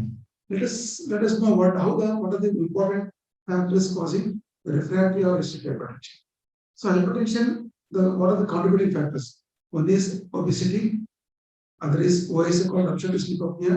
What happens? These factors will cause chemoreceptor hypersensitivity. These receptors mainly present with major results called carotid and which causes increased sympathetic activity that causes vasoconstriction, resulting in hypertension. So the main problem in hypertension is because of the increased sympathetic activity, which is because of increased chemoreceptors which are present over the major vessels in our body. And how does the yoga helps the decrease the blood pressure? The impaired baroreceptor sensitivity has been increasingly postulated is one of the major factors for hypertension, just as I said. By practicing yoga, what happens is certain yogic posture has been shown to restore these baroreceptor sensitivity. That is, the sensitivity of the baroreceptors will be will be regularized by practicing the yogic postures. And yogic asanas that are equivalent to head up or head down tilt were discovered to be particularly helpful in this regard. And stress produces an imbalance of the autonomic nervous system with the decreased parasympathetic and increased sympathetic activity. As all of us know, we need good parasympathetic activity, but we should reduce the parasympathetic activity. But normally what happens due to stress, the sympathetic activity will be increased, whereas parasympathetic will be decreased, which contributes to most of our cardiovascular diseases, including hypertension. And the neurohormone which is responsible, the main culprit for this is GABA. So what happens during stress? There will be stimulation of so-called dysregulation of hypothalamic pituitary adrenal axis, which causes release of cortisol, glucagon, renin, and vasopressin. And all these things, what it causes? They increase the blood pressures. Not only that, it decreases insulin, it increases the inflammatory mediators. It also affects the blood vessels, causing atherosclerosis in blood vessels. So the stress has got multiple side effects by inducing through either by HPA axis or by sympathetic overactivity. Ultimately resulting in what? They result in atherogenic hyperlipidemia, they result in hyperglycemia, they affect the behavior, like psychosomatic disorders are very common in stressful people, like irritable bowel syndrome, something like this. And it also causes immunosuppression, it increases hypertension, it also causes the increased clotting in the blood vessels, causing strokes and heart attacks, ultimately resulting in so many complications. So how does yoga help in hypertension? So lifestyle modification is the cornerstone of hypertension. Whenever we treat hypertension, first thing we advise the patient is go for lifestyle modification. That is good food habits as well as good physical exercises. One of the exercises we advise is yoga. Yoga not only helps in doing exercise, but also helps it also at the level of mind and soul, decreases the stress level of the patients. So lifestyle modification is the cornerstone of the diabetic management. Most of the recommendations currently focus on the diet and exercise and consider the stress reduction very important in management of hypertension. It's a bidirectional interaction between the brain and the peripheral tissues which contributes to both mental as well as physical health that causes rise in blood pressure is a part of fight and flight response, which is associated with aggression, anxiety, tension, excitement, and as well as anticipation of the stressful situation. So many studies shows that yoga improves autonomic stability in hypertension patients, whereby it improves the parasympathetic activity, decreases the sympathetic activity. So researchers have postulated that yogic relaxation and breathing techniques may reduce the BP by inducing slow rhythmic proprioceptive as well as extroceptive impulses, reducing the peripheral adrenergic activity, and it facilitates autonomic balances, which reduces chemoreceptor responses as well as it enhances the parareceptor sensitivity. So it has been demonstrated in a randomized control studies that even a short period of regular yogic practice, at least 1 hour per day, is as effective as medical therapy in controlling the blood pressures in hypertensive subjects. Yogic practice, though the restoration of parasympathetic caused a significant reduction of blood pressure of patients who participate in the yoga exercises. So ultimately what I would like to say is yoga definitely adds not only at the physical level, that is by improving the physical activity, it decreases obesity as well as the improve the blood circulation, peripheral organs. It also acts at the central level by making the patient less stressful and thereby decreasing the hormones which increases the blood pressure. Then come to the another few studies which also helps to say that the yoga helps in reducing the all aspects of hypertension complications, including diastolic dysfunction, systolic dysfunction, as well as the left ventricular mass in the long run. Next, I will touch upon the another NCD called diabetes mellitus, which is another very common condition which come across in our day-to-day practice. As all of us know, the India is diabetic capital of the world. It is home to more than 65.91 million people. It is which this slide was made around 2 years back. I think by this time would have reached more than 80 million people. That is nearly 8 crores of people, Indians are diabetic. And yoga has been shown to be simple and economical therapeutic modality as an adjunct to the medical therapy for people with diabetes mellitus. As a clinician, as a practitioner in the general medicine, I always advise my patients one should go for at least 45 minutes to 1 hour of physical exercise, where I tell my patients to practice one of the modality yoga as a modality of management of diabetes. This is the natural course of disease of diabetes. It is mainly like patient develops the genes are based. 50% of the disease is because of the genetic predisposition, and the 50% is because of the lifestyle habits like obesity, and all these things over the course of time, patient develops over diabetes, or where during the course of time, patient develops hyperinsulinemia and it develops hyperglycemia also. And over the course of time, patient develops two important complications called macrovascular complications, and the other is microvascular complications. Macrovascular means mainly affecting the brain, heart, as well as peripheral arteries. Microvascular means mainly affecting the eyes, kidneys, as well as the peripheral nerves. So this is in the nutshell one of the important complications of diabetes. Like it causes kidney disease. If you look at our kidney wards, more than 90% of kidney diseases or people taking the dialysis will be diabetic. And most of the, if you go to the even NH non-area, 60 to 70% of NH patients will be diabetic.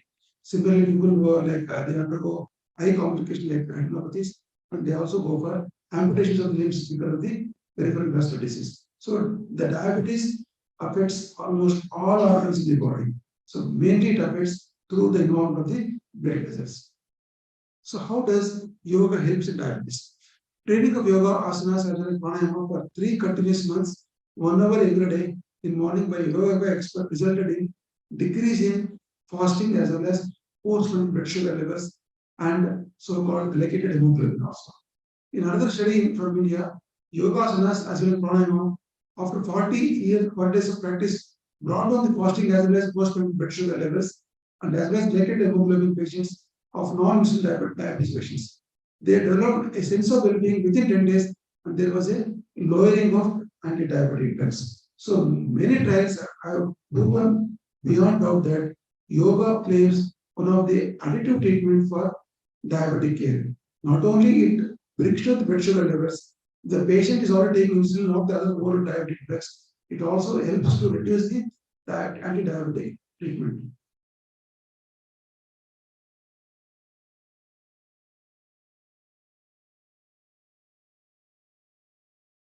Studies have proven that it increases the non-insulin signaling kinetics. It increases the so-called, it increases enzymes related to the glucose metabolism like hexokinase. It increases the myoglobin levels. It also improves insulin signaling kinetics like 1-phosphatidylcholinase inositol 3 kinase and other so-called enzymes, which helps to decrease the blood sugar levels in our body. And what is systemic influence of diabetes of yoga on diabetic patients? The systemic influence include it increases the oxygen uptake and functional capacity at submaximal and maximal workloads. It increases the lipoprotein lipase, thereby bring down the free fatty acids in the blood, improve the liver parameters. It decreases the excessive hepatic secretion of glucose as well as VLDL. It also there is an improvement of the counter-regulatory hormones in diabetes like cortisol and IGF-1. And there is also improvement in the comorbid conditions like hypertension, obesity, and other dyslipidemia, which are commonly seen in diabetes. So the yoga will play a major role in controlling the blood sugar as well as systemic effects, not only at the cellular level, but also at the physical level also. So what are the effects of yoga in the long run? It the behavioral pattern, it increases the physical activity. It also helps the patient to go for healthy food habits. At the psychological changes, it improves the mood, it improves the life quality, decreases stress, and the physiological changes includes decreased body weight, decreased blood pressure, and decreased liver parameters, and glucose levels, inflammatory cytokines, and improves the insulin sensitivity and improves the virus sensitivity, and there is improved endothelial functions. All these things are proved beyond doubt by conducting the randomized control studies.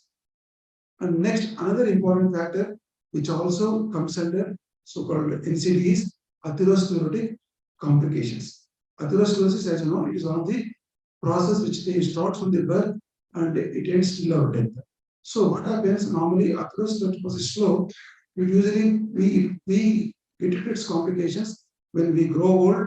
So one of the complications which can happen over the course of atherosclerosis over the course of time is atherothrombosis. That is the clot which is deposited in the blood vessels becomes unhealthy and it gives way on the fine day. There will be thrombus formation over the clot, resulting in heart attacks and strokes. Normally, these conditions happen over the course of time at the 80s and 90s. What happens in our modern world because of the bad lifestyles of not doing good physical exercises or eating bad foods because of the stress, we develop these atherosclerotic complications at very young age. Now, even just the morning, I had a case, he's just 32 years old fellow, and he had developed a severe heart attack. Now he is undergoing, he's in cath lab undergoing angioplasty. When I went through the history of the patient, he is a diabetic, he's an hypertensive, he's weighing more than 103 kgs. So why it happened? Because this fellow never done proper physical activity and he was consuming all bad foods and especially fast foods. So as everyone says, fast food, by eating fast food, and they die very fast. Same thing is happening for the present day youngsters. So this atherosclerotic complications is a big burden of what we Indians facing right now. So what is the disease? It affects mainly the big vessels like large and medium-sized vessels. And what does it happens? Why it happens? It is because of the endothelial dysfunction, vascular inflammation. Ultimately, what happens? There will be deposition of the cholesterol, lipids, calcium, and other cellular debris within the intima of the blood vessels. Naturally, the vessel wall becomes thicker, the clot grows. One point it causes the blockage of the lumen of the artery. This is the picture showing how the atherosclerosis starts just like a streak in the vessels during your childhood, and over the course of time, there will be accumulation of the fibrous tissue, fatty tissue, and other cellular debris. And because of the dysfunction of the endothelium, at the end of the day, what happens? One fine day, the vessel wall gets blocked, and we succumb to the strokes and MIs. And what is the yoga to do with atherosclerosis? In many RCTs, including the one which I quoted here, which are shown that patients with angiographically proven CAD who practice yoga exercise for a period of 1 year showed there is a decreased number of anginal episodes per week, improved exercise capacity, decrease in the body weight, and the revascularization processes like what we say stand or the bypass grafts, even these processes have become less frequent in the people who are practicing yoga. These are all shown beyond doubt in our RCTs. And thus yoga exercise increases the regression. It also shown that it retards the progression of atherosclerosis in patients with severe coronary artery disease. This there's an instrument called IVAS. I think if any of you interested, you can come and meet me. Instrument has come which has shown that where we can that instrument can go to the vessels and show the block. We can see the block directly. And medicine department and yoga department can integrate ourselves, and by subjecting this patient for the yoga techniques, we can show definitely that the block size would come down and also the block becomes more stable. This can be done in our setup only because now we have the instrument in our NH, and by speaking with these people with NH, I advise Nitin to we can explore that particular experiment where we can use the instrument called IVAS. We can prove beyond doubt that the block size becoming less and also it becoming stable. This can be done in if you do a follow-up for 1 year, it is enough. We can definitely have this particular it has come recently in NH. Definitely we can prove this particular technique which can show us great benefit. It is this research will have more value. And people who practice yoga, the serum lipid levels like cholesterol, LDL, and triglyceride levels showed greater reduction compared to the control groups. So the mechanism of this effect of yoga on atherosclerotic has been studied. So how it happens? Lipid lowering and plaque stabilizing effects of yoga is seen to the statin drugs. The statin drugs commonly be used for decreasing the lipid levels and also preventing the plaque becoming unstable. And there may be some parallels between the pharmacophysiological effects of statin therapy and changes brought about by practicing yoga in our internal milieu. These changes in internal milieu triggered by practice of yoga may well be mediated by neurohormonal mechanisms, just now we discussed earlier. So, by intervention of yoga, how it prevents the atherosclerotic complications. One is the pathway number one, there is a decreased perception of stress, there is a decreased activation and deactivation of sympathetic system as well as the HP axis, which causes reduction of the atherosclerosis. Another intervention is Thank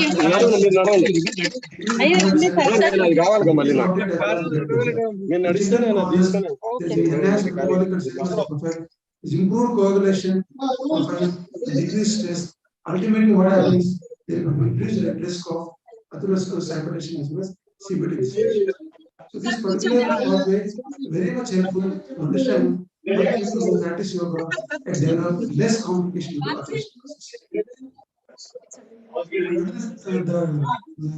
The so-called the process is non-profitable practices, which most of the times happens because of smoking and air pollution, and it is one of the important leading cause of death in our practice.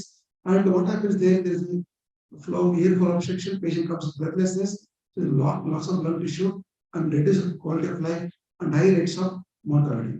And recent evidence-based clinical practice guidelines and statements have shown that a pulmonary rehabilitation, widely accepted, is the most effective management of COPD. In fact, Dr. Patil has conducted some studies on these patients, I think, with the help of Dr. Venkataraman. So, yoga has been included as a component of exercise prescribed for many pulmonary rehabilitation programs. It is also included as an adjunct to physical therapy implemented individual industrial rehabilitation programs and proven to enhance the mind-body coordination. So, what are the beneficial effects of yoga in COPD? It aids in toning of general body systems. It increases the respiratory stamina.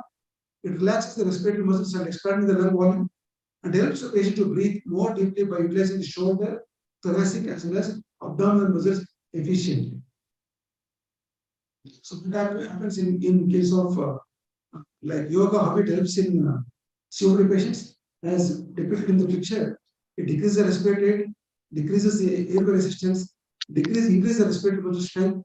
It improves autonomic arousal, decreases heart rate, also the psychosomatic pathways in the COPD. Ultimately, what happens? There will be decreased dyspnea perception, disability, distress, and depression, anxiety, and improves the quality of life. So, there is a definitely improvement of the COPD function capacity in the people who are practicing yoga regularly by by improving the breathing pattern. It widens the bronchioles so that large number of alveoli can be efficiently perfused by the air, by the oxygen. So, pranayama practices stress the lung tissue. It alleviates the dyspnea by decreasing the dynamic hyperventilation of the rib cage and reoccupying the gas exchange. It enhances the respiratory muscle strength and its endurance also. It also measures the practice of motion. So, studies have indicated that all respiratory functions, including FEV1, what we measure whenever to know the lung functions, we have a condition called PFT, pulmonary function test. All these values are improved in people who are practicing yoga for the long respiratory exercises like including Brahmanimas. And even asthma also, there is a definite improvement of the asthma symptoms, as well as the drugs using for asthma can be reduced by, especially it is published Cochrane. Is one of the important, very what should I say, very important database we usually rely on taking for practicing medicine. Even Cochrane mentioned that by practicing yoga, it improves the asthmatic symptoms in the long run. And another important emerging benefits of yoga is the cancer. The physical activity provides a number of physical and psychological benefits to cancer survivors, including the lessening of impact of detrimental cancer symptoms and treatment side effects. The most of the cancer patients who take cancer medicines, they develop a lot of side effects. The people who are practicing yoga definitely can bring down the side effects. I think Dr. Patil is now doing some project on this anti-cancer drugs and yoga. I think definitely is must be finding some beneficial effects in these patients. And even chronic kidney disease is one of the common thing we come across in our regular practice. It also helps. Yoga also helps in people who are like not a it is a simple yoga techniques, but definitely helps in CKD patients, especially in terms of it improves autonomic function, reduces the oxidative stress, improves the quality of life, reduces the rate of depression, improves the physical capacity, all of which are not usually addressed in our kidney disease patients. So by advising CKD patients yoga, definitely we can improve their longevity, we can also improve their quality of life. And there are a lot of studies have been shown that it helps in yoga therapy may helps to alleviate symptoms of multiple neurological disorders, including multiple sclerosis, Alzheimer's disease, epilepsy, Parkinson's disease, stroke, as well as any chronic pain disorders. So epilepsy again, it has been shown that some authors have shown that it has got beneficial effect along with anti-epileptic drugs. When the person practices yoga, the number of attacks will come down. Even anti-epileptic, the dose and dosage also will come up over the course of time. And significant studies have been shown that epilepsy symptoms, epilepsy attacks, and also it also helped in like so-called total cure of epilepsy along with anti-epileptic drugs. When stroke, it also helped the quality of life, help in post-stroke patients, and especially improving their higher mental function like speech as well as the cognitive functions over the course of time. And because it also helps in the important risk factors for stroke, like diabetes, hypertension, and dyslipidemia. By practicing yoga, even these things will be addressed. They will be preventing the further strokes and also the stroke complications. So especially a pilot study of 12 weeks of Kundalini Yoga have shown improvement in the aphasia as well as motor coordination in post-stroke patients. I think a lot of stroke patients are coming, but you can take up this particular study as a base and you can give the study for your own students, especially for post-stroke patients having cognitive as well as speech disorders. So my conclusion at the end of my talk, yoga is an effective urgent therapy for non-communicable disease and worthy of inclusion in clinical guidance. Yet the great efficiency of yoga practices and variable quality of the research makers it difficult to recommend any specific yoga practice. Future research needs to focus on high quality clinical trials along with studies on the mechanisms of action of different yoga practices. Yoga and meditation is a cost-effective, simple technique without any side effects and hence could be recommended for primary and secondary prevention of non-communicable disease. So I would like to quote the sentence given by the famous B.K. Iyengar, who is the son of the soil. Yoga, an ancient but perfect science, deals with evolution of humanity. This evolution includes all aspects of one's being, from bodily health to self-realization. Thank you very much.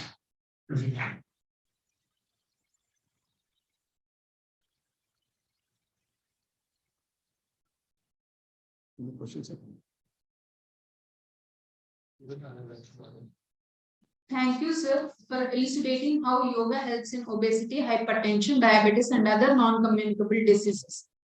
You gave us a new thought, and we really admire your presentation. Now, I request Dr. Patil NJ, in charge HOD, Department of Integrative Medicine, to hand over a memento to Dr. Prabhakar K.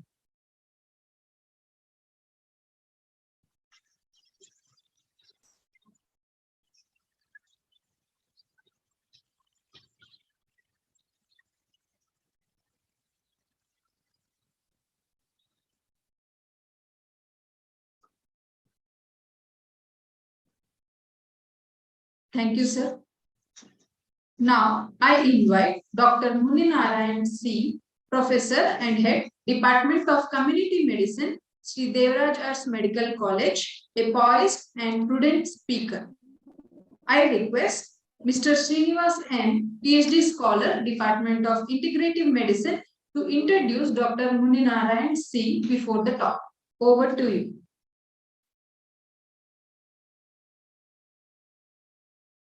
Thank you, Dr. Muza.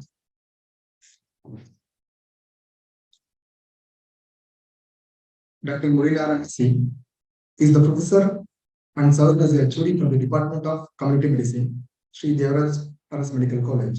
He also served as Controller of Examination, Sri Devaraj Aras Academy of Higher Education and Research.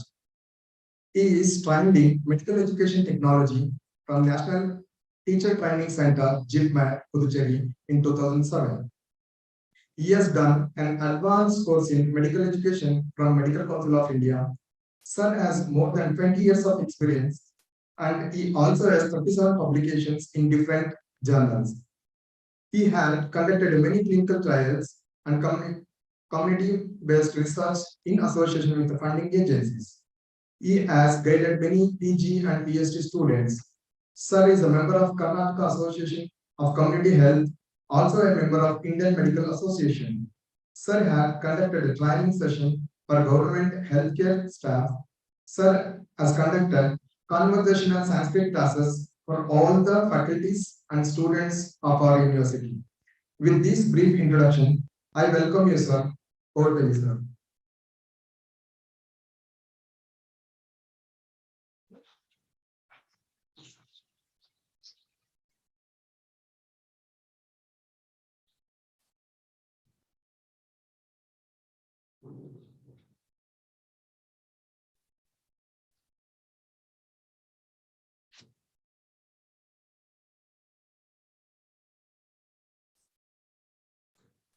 ಗೊತ್ತನೇ ಇಲ್ಲಲ್ಲ ಇದು ಬಂದಿದೆ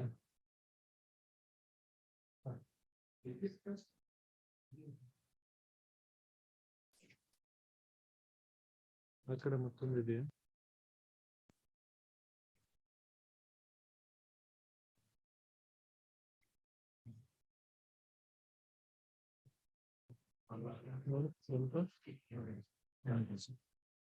ಸ್ವಲ್ಪ ಭಾಳ different ಅನ್ಸುತ್ತೆ ಅದೇ ಇದು ಇದೆ ಹೋಗ್ಬಿಡುತ್ತೆ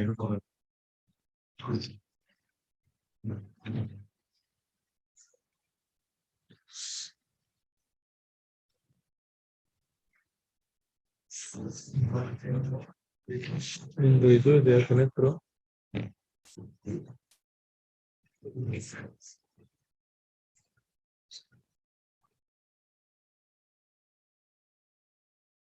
ಇಲ್ಲ USB not recognized ಅಂತ submit right USB बड़ा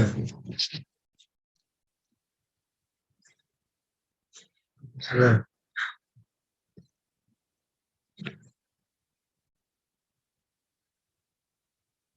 ನಿಂತ್ರ ಘಾಸ್ ಅಲ್ಲಿಂದನೇ ಇದು ಮಾಡ್ತೀವಿ ನೆಟ್ ಕನೆಕ್ಟೆಡ್ ಸರ್ ಅಲ್ಲಿಂದ ಮಾಡ್ತಾನೆ ತಗೊಳ್ಳಿ okay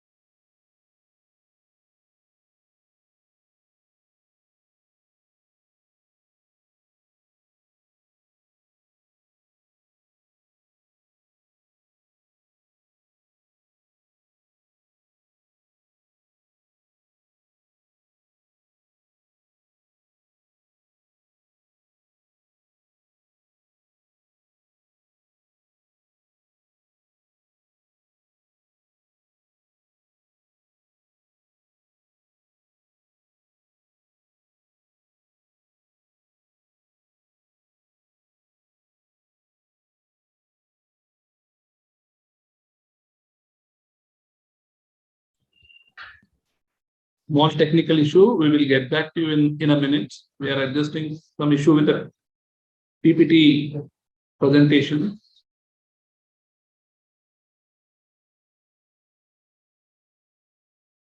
Be with us.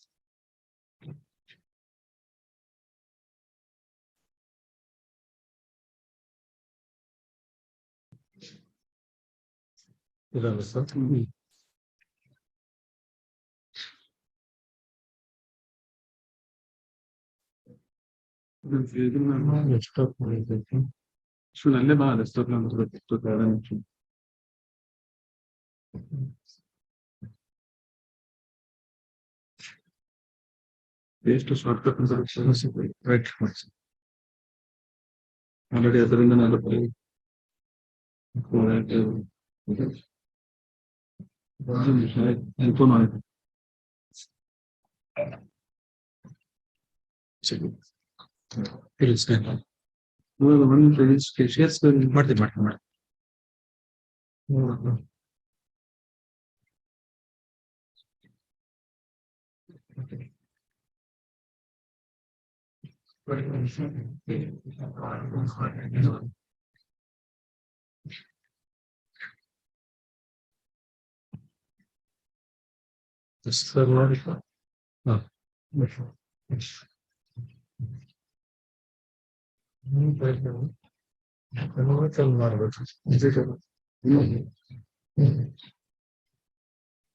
Good evening.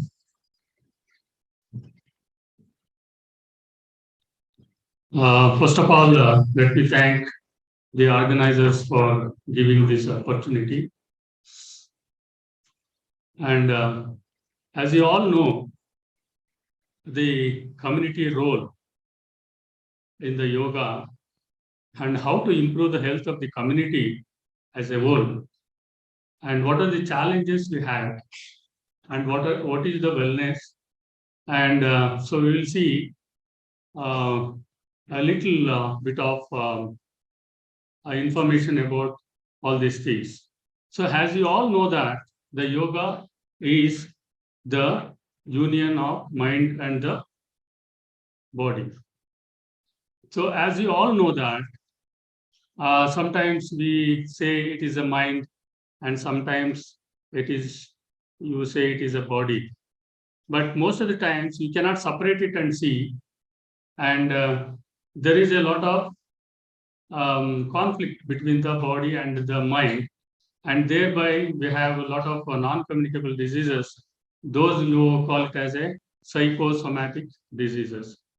So because of these body-mind conflict, how to reduce this conflict between the body and mind is the very important aspect to look into it and see how it can be reduced. So in these fields, the yoga plays a very important role, as we require a physical activity, and at the same time, the mental activity has to be reduced. So we have to have some yoga for reducing the mental activity and see that the conflict between the body and the mind is resolved. And finally, that has to be merged with the spiritual disorder. So it is called as body, mind, and spiritual aspects. So let us see.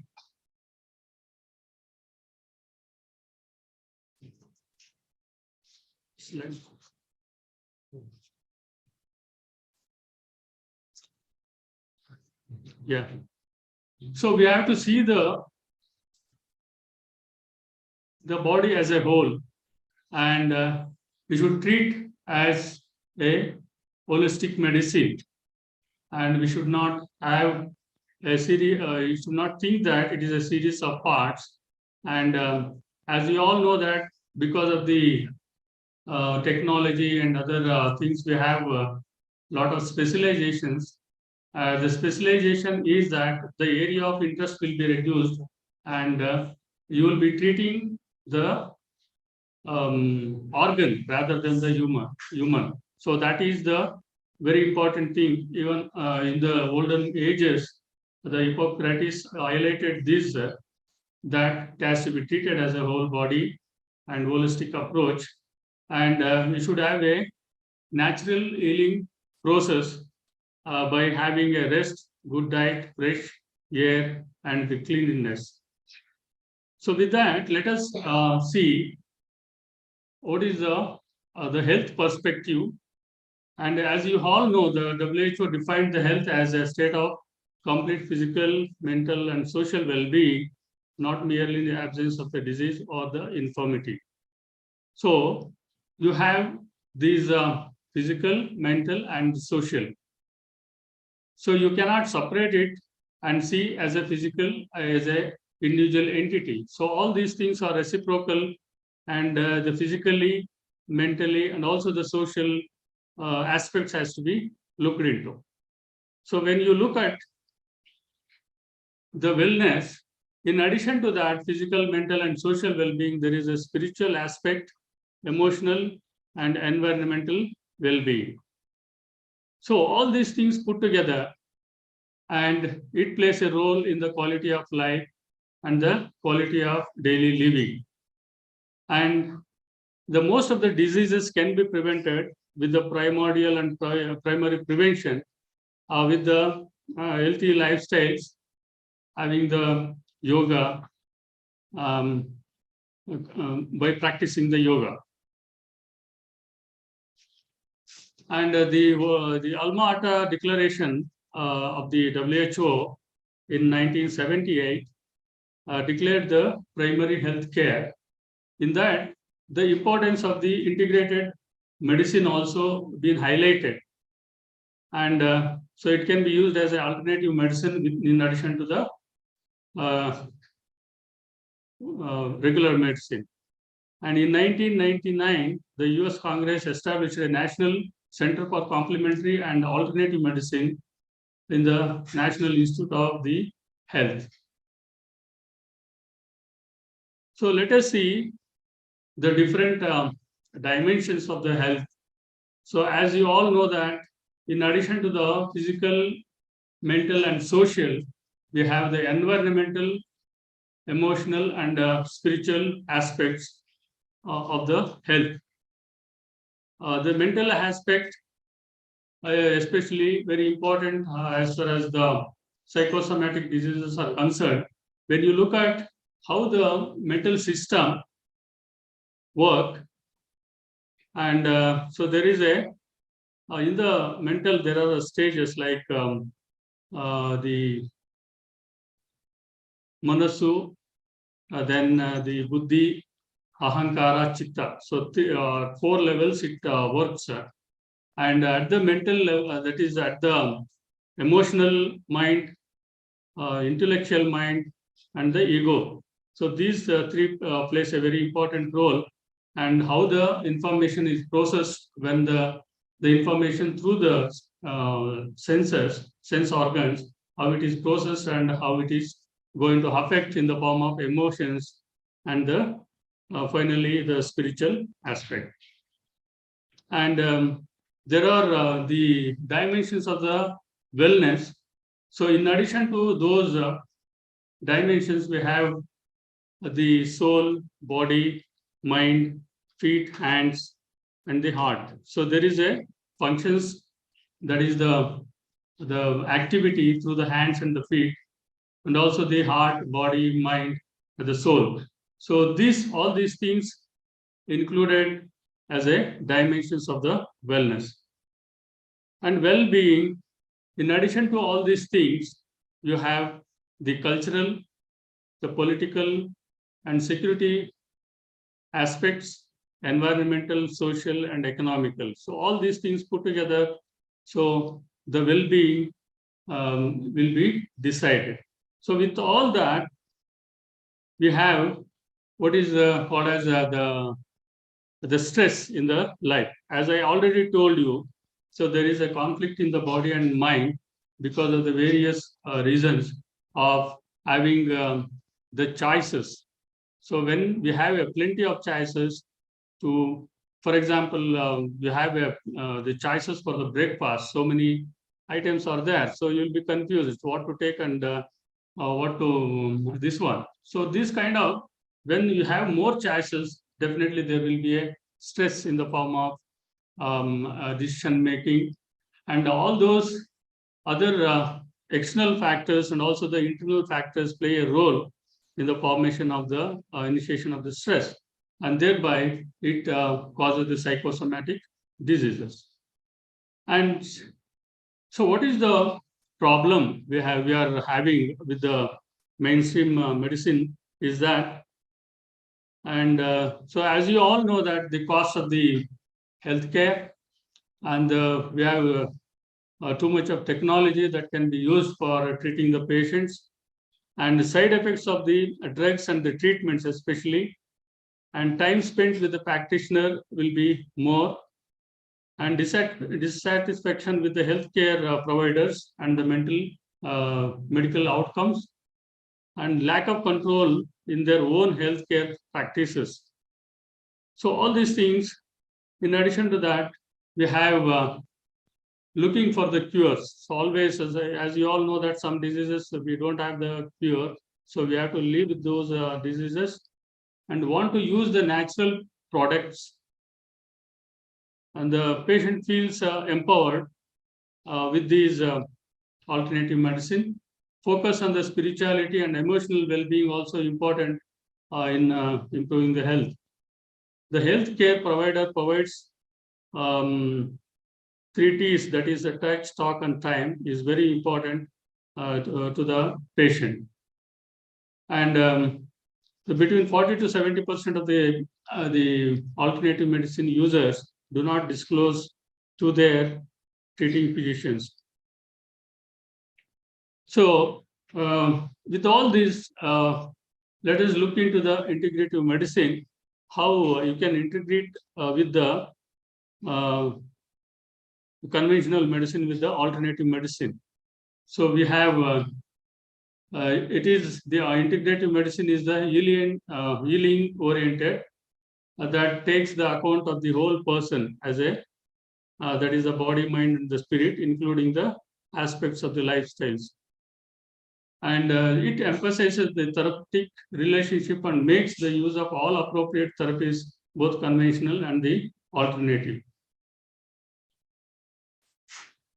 So the integrative medicine is individualized healthcare, and also the nutrition, the preventive health practices, and most of the times this integrative medicine is with the prevention, primordial and primary prevention, and it is a holistic approach, promote the health and the health care and self-healing, recognition of one's spiritual nature, comprehensive therapeutic options.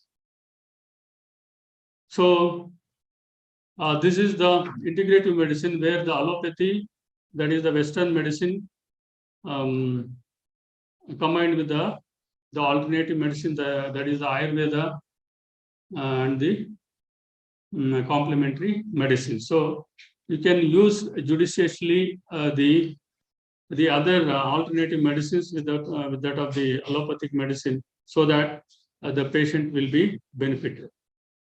So these are the other aspects of the alternative medicine, that is the integrative medicine. So the energy medicine, biologically based practices, mind-body medicine, and manipulative and the body-based practices. So in India, we have the system of the alternative medicine, that is the Ayush. So it was introduced in 2003, and we have some courses also for this Ayush branch. So as you all know that, so the integration of these allopathy with the Ayurveda, yoga, and naturopathy, Unani, Siddha, and homeopathy. So let us see how the yoga is going to help us in preventing and promoting the health of the individual at the individual level, family level, and at the community level. So the yoga all essentially a spiritual discipline based on the extremely subtle science which focuses on bringing harmony between the mind and the body. And it is an art and science of the healing, healthy living. So, and also this is the union of the individual consciousness with the universal consciousness, indicating a perfect harmony between the body, mind, and the man and the nature. The yoga aim of self-realization to overcome all kinds of the sufferings leading to the state of liberation, that is the moksha. So as you all know that the Ashtanga yoga, which is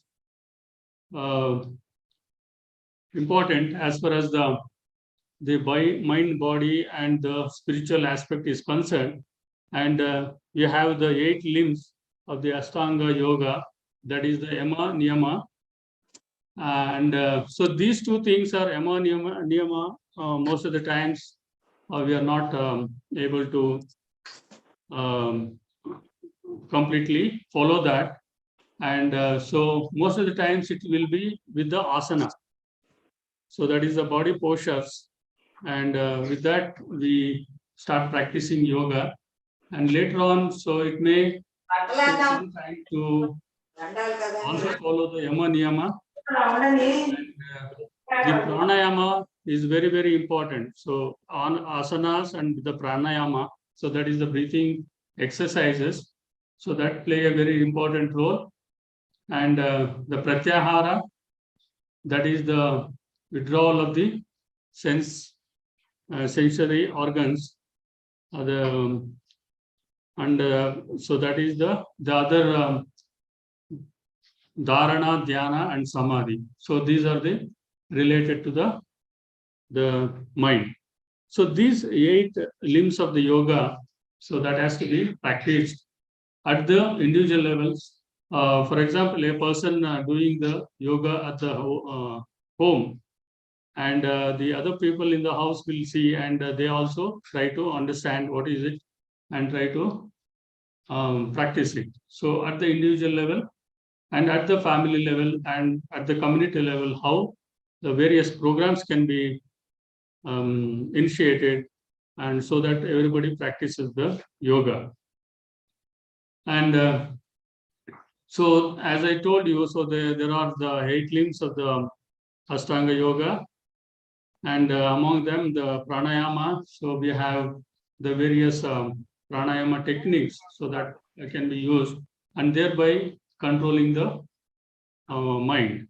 So they say that the bridge between the spirit and the mind is through the pranayama. So by the breathing exercises, we can bridge this one, and it will have a spiritual practice. And so what are the benefits? As you all know that the benefits of the yoga, so it is a holistic medicine, and it has a complete health.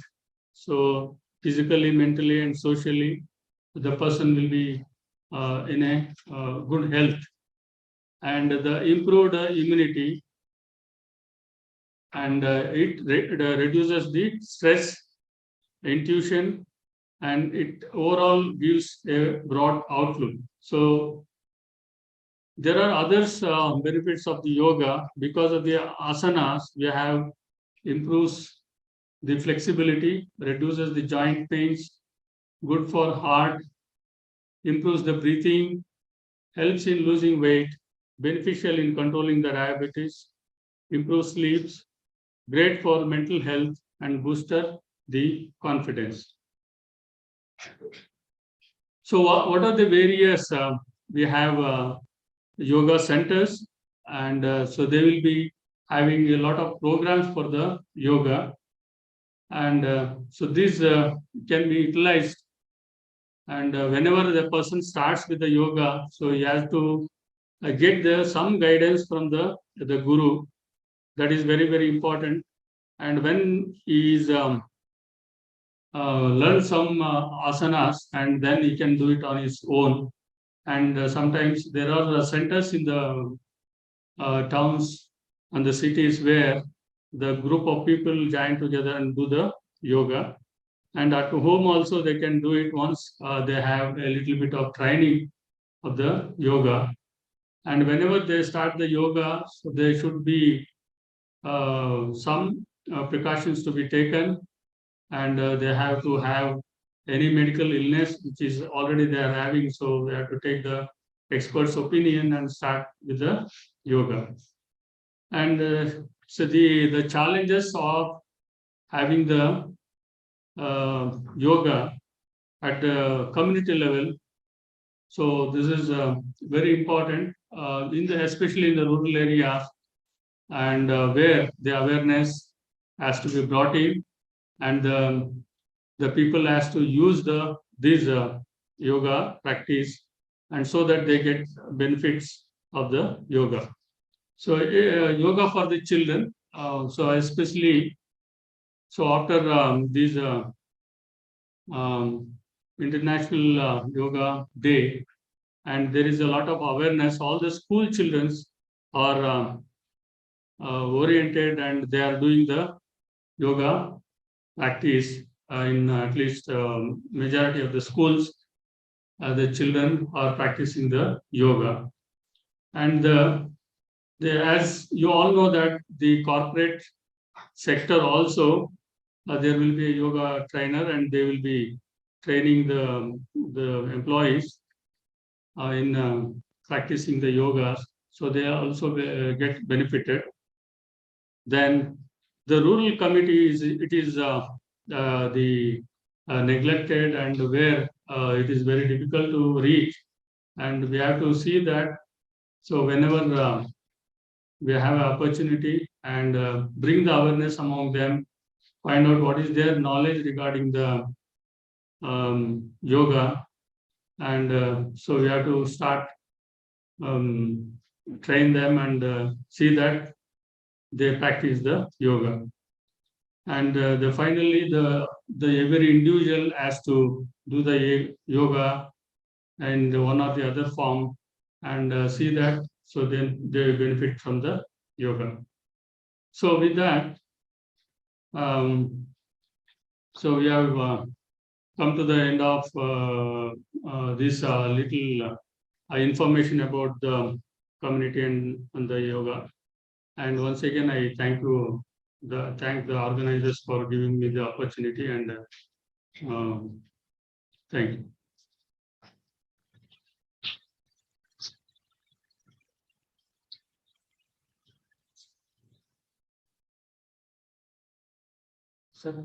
Please.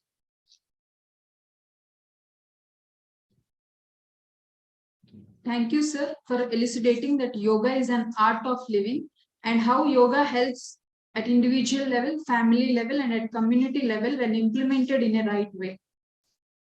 Now I request Dr. Patil NJ and Dr. Ravisha to hand over a memento to Dr. Muninarayan C.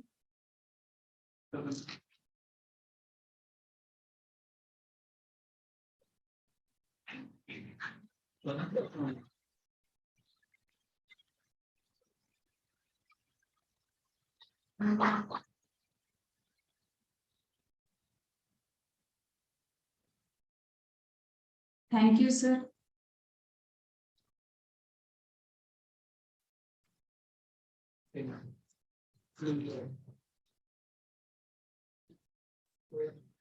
It's my privilege to invite the ingenious and majestic speechmaker, Dr. Suman Kollipara, President and co-founder, Peace Tree Innovation Society, Vancouver, Canada.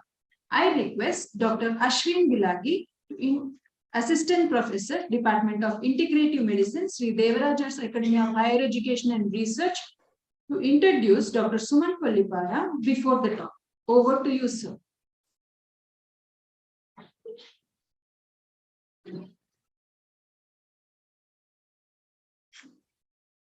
Namaste. It's my privilege to introduce Dr. Suman Kollipara, He is the president and co-founder of non-profit organization called Peace Tree Innovations Society Center for Wellness and Oneness, Vancouver, Canada. The society NGO conducts regular programs all around the world with a grassroots transformation of wellness using the ancient tools, yogic wisdoms, and modern science. He is originally a veterinarian. Later, he embraced the computer science and has been trained into Sukshma meditation under their ancient sage, Sunita Amma.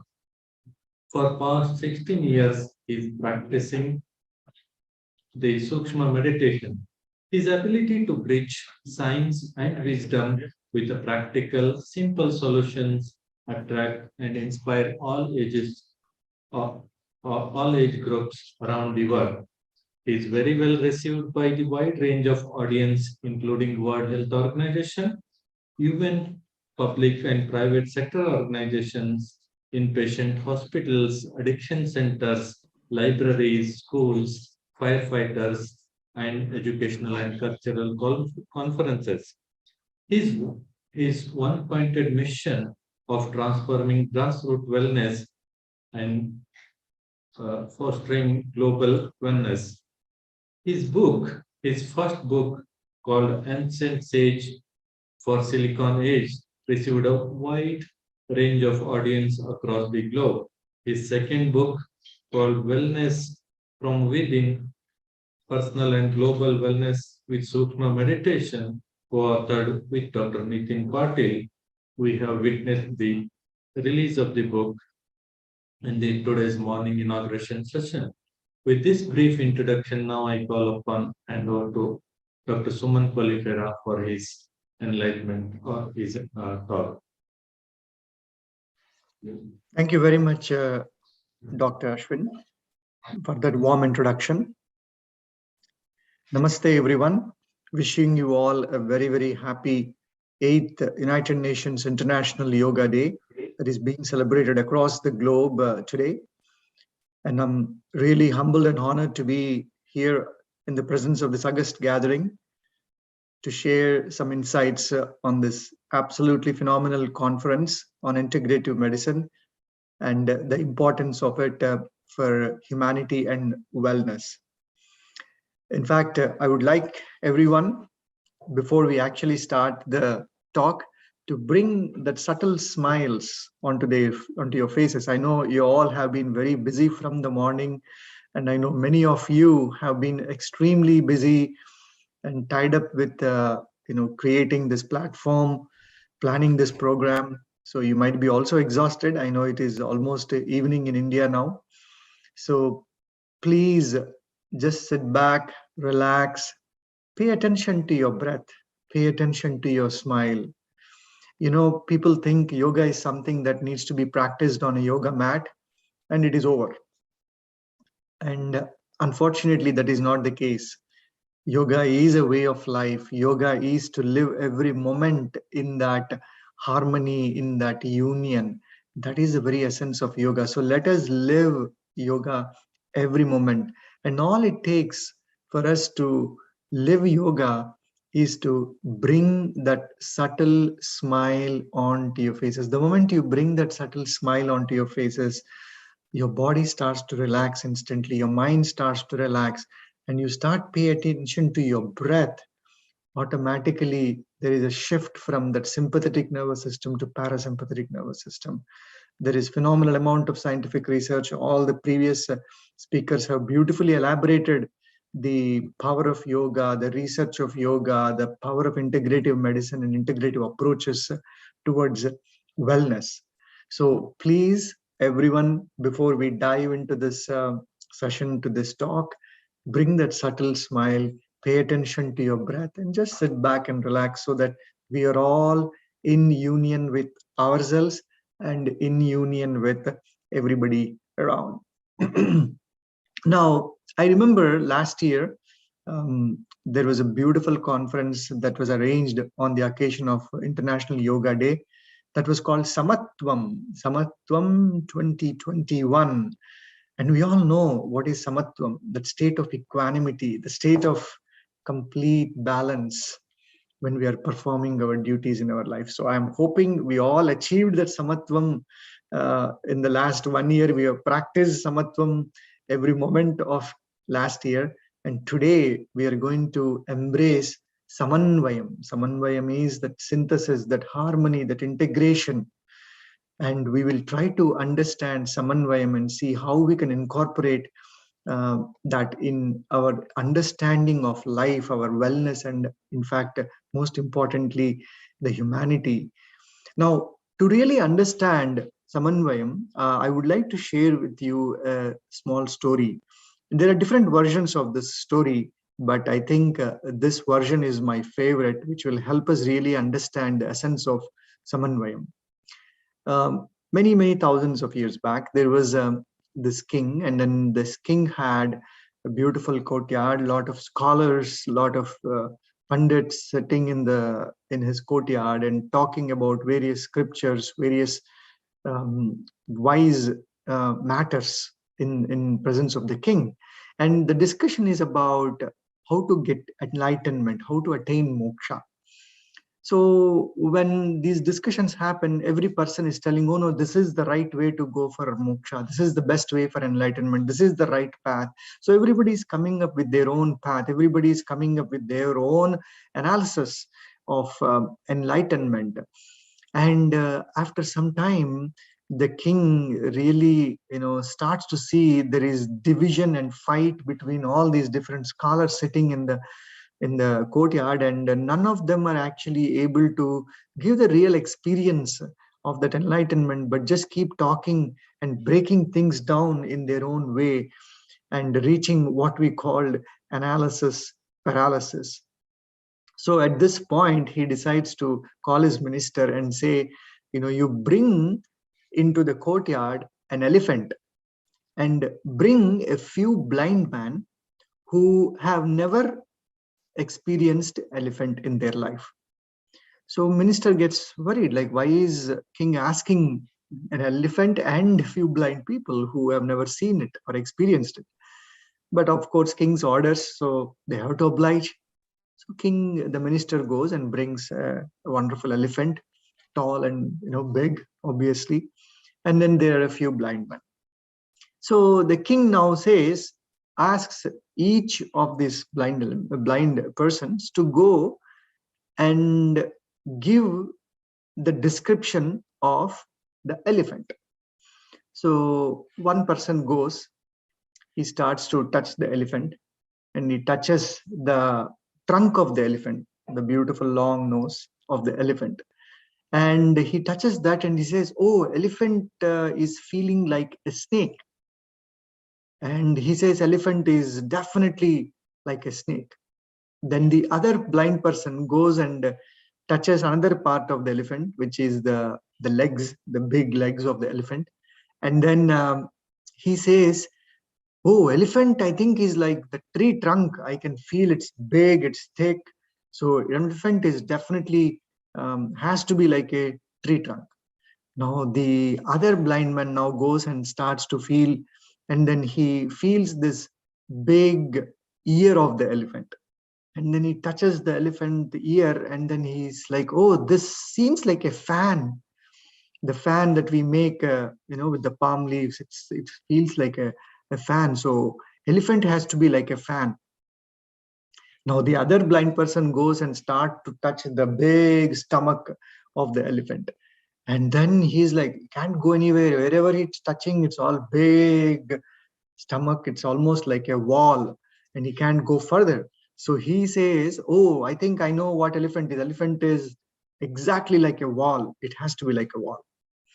And like this, every, one person after the other, they are going, they are touching one part. The other person goes, touches the tusk of the elephant. He says, oh, the elephant has to be like a spear because it's pointed and long, so solid and hard. So he says, elephant has to be a spear. And then another person goes to the back of the elephant and he touches the tail of the elephant. And then he feels the elephant's tail and he says, oh, this feels like a rope. So elephant has to be a rope. The elephant may be like a rope. So by this time, everybody's looking at the king and not understanding why this is being done and what is happening. So everybody now is arguing. Elephant has to be like this and that, and everybody is so strong and fanatical about their own conclusions about how an elephant should be or how an elephant would look like. And as this argument keeps going on, there is one blind person from the audience who comes and says, wait a second, let's stop fighting. Let's stop analyzing and coming to a dead end and fighting about it.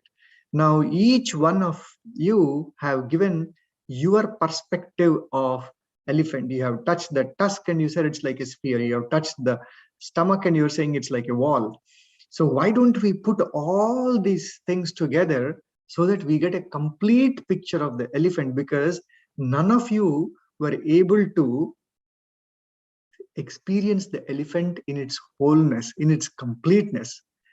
So, my dear friends, unfortunately, we are all living in the world of analysis paralysis. What is happening today is because we are going deeper and deeper in analyzing one small area, but we are not able to find solutions for the big picture, for the whole system, whether it is a human system or a social system.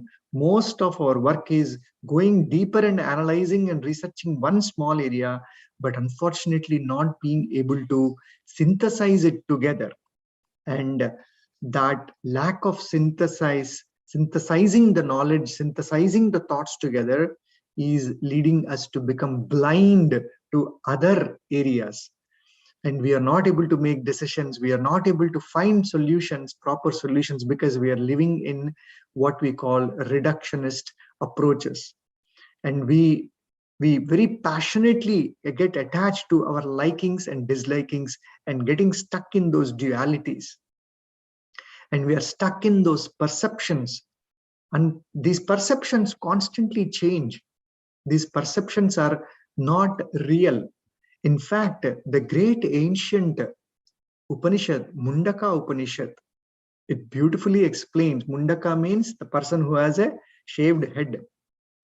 Mundaka Upanishad's essence is, it doesn't mean that we have to shave head and become a sannyasi. The essence of Mundaka Upanishad is to empty the mind, to get rid of all the thoughts. In fact, there is an ancient Telugu saying, it says, Talalu bodulaina kani talampulu bodulaguna, means the heads are being shaved, but the thoughts are not being shaved. So this is the great ancient Upanishad, Mundaka Upanishad, which goes further on to identify knowledge as two different types. And the type of knowledge that we have seen so far in terms of analyzing and dissecting and going deeper and deeper and never being able to synthesize, this type of knowledge is called aparavidya. Aparavidya is all the knowledge that we see and experience with the senses. And these senses are very specific to species. Because if you take, for example, when a bat is flying in the night, it cannot see, but it can perceive everything through the ultrasonic vibrations. Similarly, different species of animals experience the world from their own way. For example, a dog perceives the world through the sense of smell. So similarly, all these experiences that we go through are perceived through these senses, which are specific to different species. And unfortunately, what we are doing is we are claiming these perceptions and subjective experiences to be the truth based on that limited experience, limited knowledge. And what is happening because of that thought process? We are creating pseudo-intellectuals and fanatics who say their way is the only way, their path is the only path. What we need today, my dear friends, is synthesizing of all these thoughts together. And reality is different from individual perceptions. Instead of getting cornered into an isolated area, we need to shift into an integrated area. where we can bring an amalgamation of these thoughts together and see the truth as a whole. Otherwise, we will also become blinded. In fact, a great ancient sage said, a man with a dual mind is half blind. So we are all, unfortunately, most of us are living in that half blinded state. And the problems, of course, of this aparavidya here is the disintegration of systems inside and outside. We are disintegrating our health with all these reductionist approaches. The previous speaker, Dr. Munnarayana, was explaining how, if you have a problem, we are treating the organ, we are treating a tissue, but we are not treating the person as a whole. A simple example, if you go to a doctor with, hypertension, he will just give you medicine for hypertension, a pill for hypertension, but we are not able to look at the root. Where is this hypertension coming from? What is the impact of this hypertension on other parts of the body? What if I treat this? How is it going to impact the other organs or other tissues?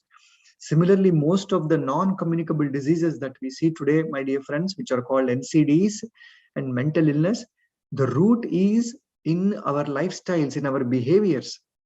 Instead of treating the root, instead of changing the lifestyles and behaviors, what we are doing is we are treating an organ or a tissue. It is like we are performing a surgery, we are cutting everything open, going deeper and deeper, but we are not putting that back together afterwards. We are leaving that open. We are saying this is the analysis, and then that's it. And what is going to happen to a patient when you just cut everything, dissect everything and leave it there? The person is going to die. The person is never going to heal properly. Similarly, we are also having challenges in the society. In the name of color, race, gender, and all these things in the society, we are discriminating, we are breaking down everything. Instead of seeing the unity in the diversity, we are breaking everything down. And this is the challenge with aparavidya. The thought process has to change. And what is the solution? Mundaka Upanishad beautifully gives us the solution as well. It says paravidya. What is paravidya?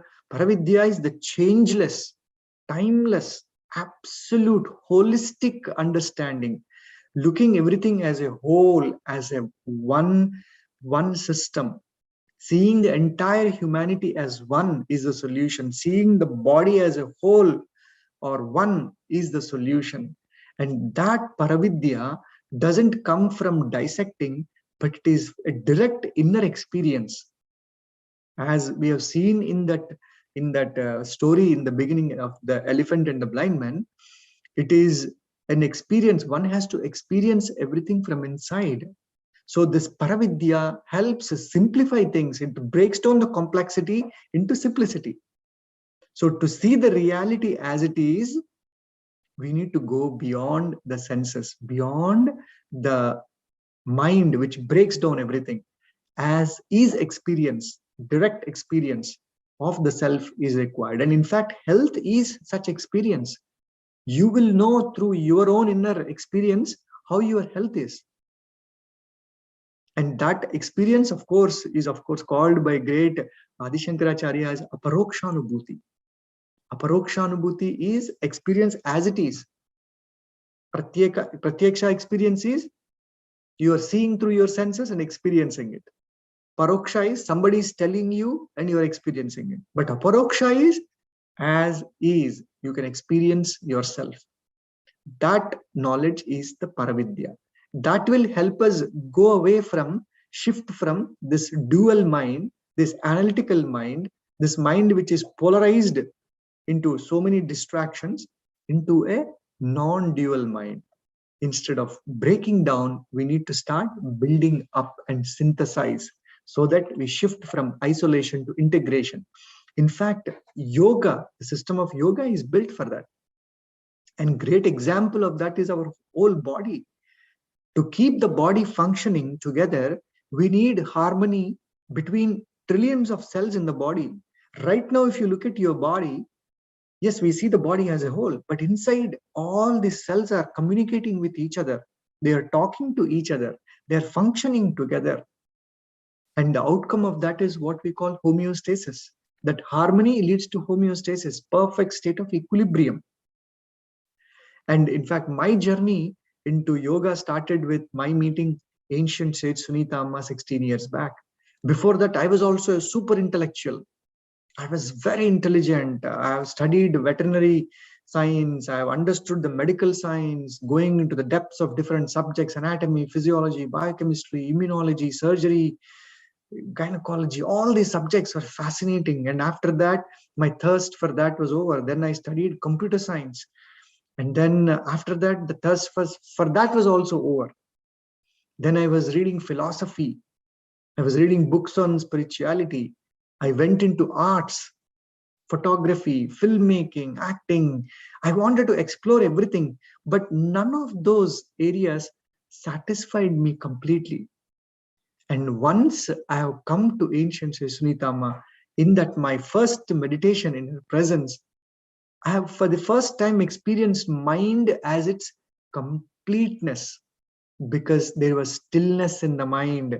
When all those vrittis in the mind, the fluctuations in the mind about analyzing this, analyzing that, analyzing this, all this analysis has come to stillness, that is when my thirst for knowledge stopped, because first time I'm experiencing myself as it is. That inner experience of the self is wisdom, my dear friends. We need to shift from knowledge to wisdom. We need to catch the root. What is Sukshma? Sukshma is to go to that subtlest of the subtle, which is common in all of us. Yes, my form might be different, my color might be different from another person, my language might be different, my food habits might be different, but there is that one common thread. That common thread, like Lord Krishna talks about in Bhagavad Gita, that thread that connects all the pearls in that necklace, that common thread, that sutram is the Brahma Sutram, right? That Brahman, that pure consciousness, that pure awareness is there in everyone. No one can deny this, because you are aware right now. You are aware of me. I am aware of you. You are aware of the surroundings. That awareness is common for all of us. In that state of pure awareness, so many thoughts are being created. So much of analysis is being done. So much of research is coming out. But what is the source? The source is that pure consciousness. Only when we can't catch that pure consciousness, the root, then we can automatically bring everything together. It is like this. Why do we need to understand the root? Is ancient wisdom again says, Ekoham Bahushyam. Means from one, everything is being created. Now you might ask, what is the proof for that? How do we know that? Well, take a seed. You take a small seed, a mustard seed, forget about big seed, a small mustard seed, and put it in the soil. What happens?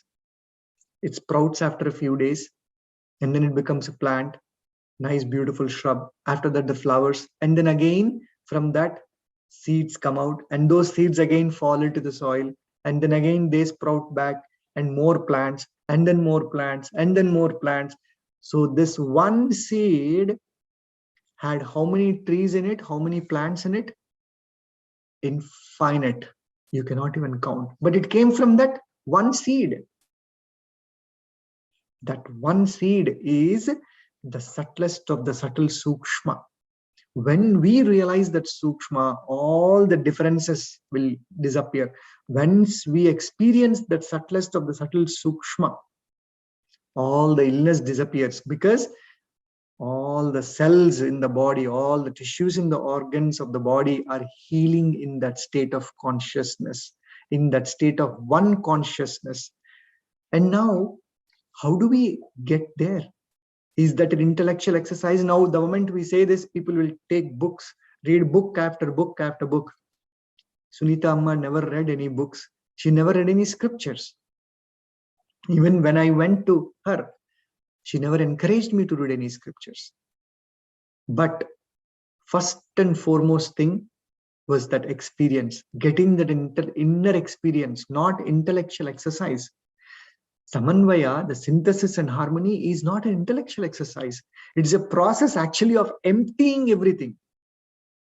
going into that state of nothingness, so that we can see that common thread that is there in every person. That common thread, that source is the life source. It is the life force for our well-being. So we all need to catch that subtlest of the subtle sukshma. And that sukshma is not perceived with these eyes. Now, the moment I say we all need to start seeing the commonality, we all start to look for that commonality with this physical eyes. The physical eyes cannot give the reality. There is an inner eye. Of course, in ancient wisdom, we call the third eye. It doesn't mean that there is a third eye sitting here. The third eye is that inner eye. We all have that inner eye of consciousness. Now, I can talk for hours together, but one has to experience, because the way you see through those physical eyes changes. The way you perceive through those physical eyes has to change. And that is what is samanvaya. That is when the samanvaya will happen. Only when that inner consciousness opens up. In fact, Sri Aurobindo says in his wonderful work, Synthesis of Yoga, Yoga Samanvayam, he says we need to start seeing that central principle common to all, and always get to the heart of the whole matter. See, when we even talk about yoga, somebody says follow karma yoga, somebody says jnana yoga, somebody says raja yoga, bhakti yoga, somebody says I am a karma yogi, I am a jnana yogi. Let's not identify with these differences. Let's see the common thread in all of that. The essence of all of that is to experience that oneness inside and then oneness outside. That is humanity. What is needed today, my dear friends. Same thing with subjects. People say, oh, I am an expert in biochemistry, I'm an expert in philosophy, I'm an expert in mathematics. Yes, you have gone down deep into one area and you have mastered that. But what is the source? The source is always the same. If you look at our own cell, if you take even one single cell, there is biochemistry happening there, there is physics happening there, there is biology happening there, there is chemistry happening there. Everything is happening in that. But we are breaking down those things and saying, oh, I'm specialized in biochemistry, I'm a specialist in microbiology. But what is needed is to realize that all these paths have to lead to one destination, that wholeness. Ancient wisdom says, ekam sat vipra bahuda badanti. Paths are many, but the destination is one. To identify with that one commonness beyond the names and forms will lead to humanity. My dear friends, integrative medicine, integrative approaches will lead to oneness of humanity. To realize that non-dual experience. And the application of this is so powerful in both our wellness within ourselves and with the relationships in the world. Today we see so many problems between person to person. The vices inside, kama, krodha, lobha, moha, mada, matsaryas, anger, jealousy, greed, false ego, pride. All these things, what are they doing? They are separating us from one another, separating families, creating so much of disintegration in the systems inside and outside. We need to start realizing the power of these 5 fingers when put together becomes a fist. Individually, they cannot do much, but when they come together, they can do wonders. So we need to start realizing that oneness. We can see that, the nations are many, but earth is one. Subjects are many, but knowledge is one. People are many, but breath is one. That breath is connecting. I am breathing the same air, you are breathing the same air, so that oneness exists. And ancient wisdom again says, Eko Vasi Sarva Bhutantaratma, means there is that one which is residing in you, me, and everyone. So let's forget the differences that are at the superficial level and realize that oneness in the society. Let's forget the differences within our body and see the body as a whole instead of going through a reductionist approaches. I'm not saying that is not correct. Yes, it is important to go deep into something. Just like that blind person has gone deep into one part of the elephant, but we also need to bring samanvayam. Ancient says, Sunitam always says, about this simple example. She says, we need more needles today rather than scissors. You know what does a scissor do? It will take a piece of cloth and it will cut into pieces. The cloth is gone, it's all broken into pieces. But then what makes that piece of cloth into a beautiful dress? It is that needle, small but very powerful, pointed, one pointedness. It will have go thread by thread and will stitch and make this beautiful shirt or whatever dress you're wearing. So what we need today is synthesis in all the approaches, my dear friends, and harmonizing all that. Integration is the key, and that integration can happen only when we experience that nothingness. Nothingness. In fact, we are all nothing.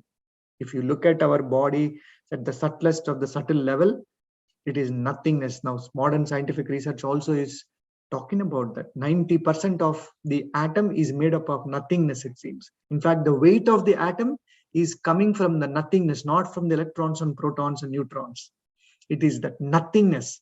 So let us all become nothing. As Sunita always says, when we become nothing, then we become something. And then we become everything. Thank you very much once again for giving me this opportunity to share some insights of how Sukshma can help attain samanvayam within and outside. Thank you very much.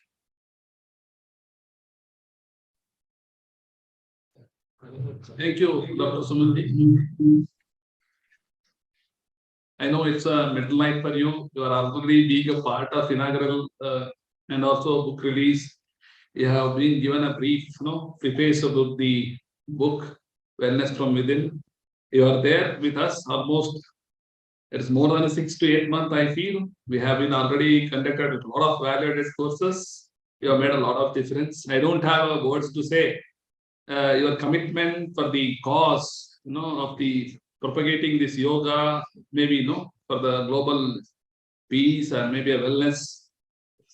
I really thank, being in the middle of, maybe a night or maybe too much of early of the, morning, and the kind sharing your thoughts and inspiring. A lot of comments, chat box we have seen, since morning we have not had. Maybe it's the end of the day, 4:30. A lot of people leave.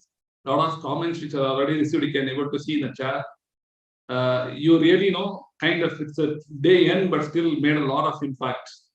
So I don't have any words to say, how to say thanks. I lack of my words. I really thank you behalf of our organization, making, you are being again a part of this and enlightening all of us about the wellness. Thank you so much.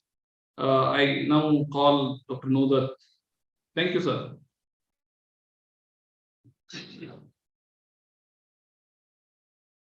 Thank you, sir. We enjoyed listening to your enthusiastic talk. We connected deeply to the content you talked about. Thank you very much. Let's end today's session. Thank you all for joining us.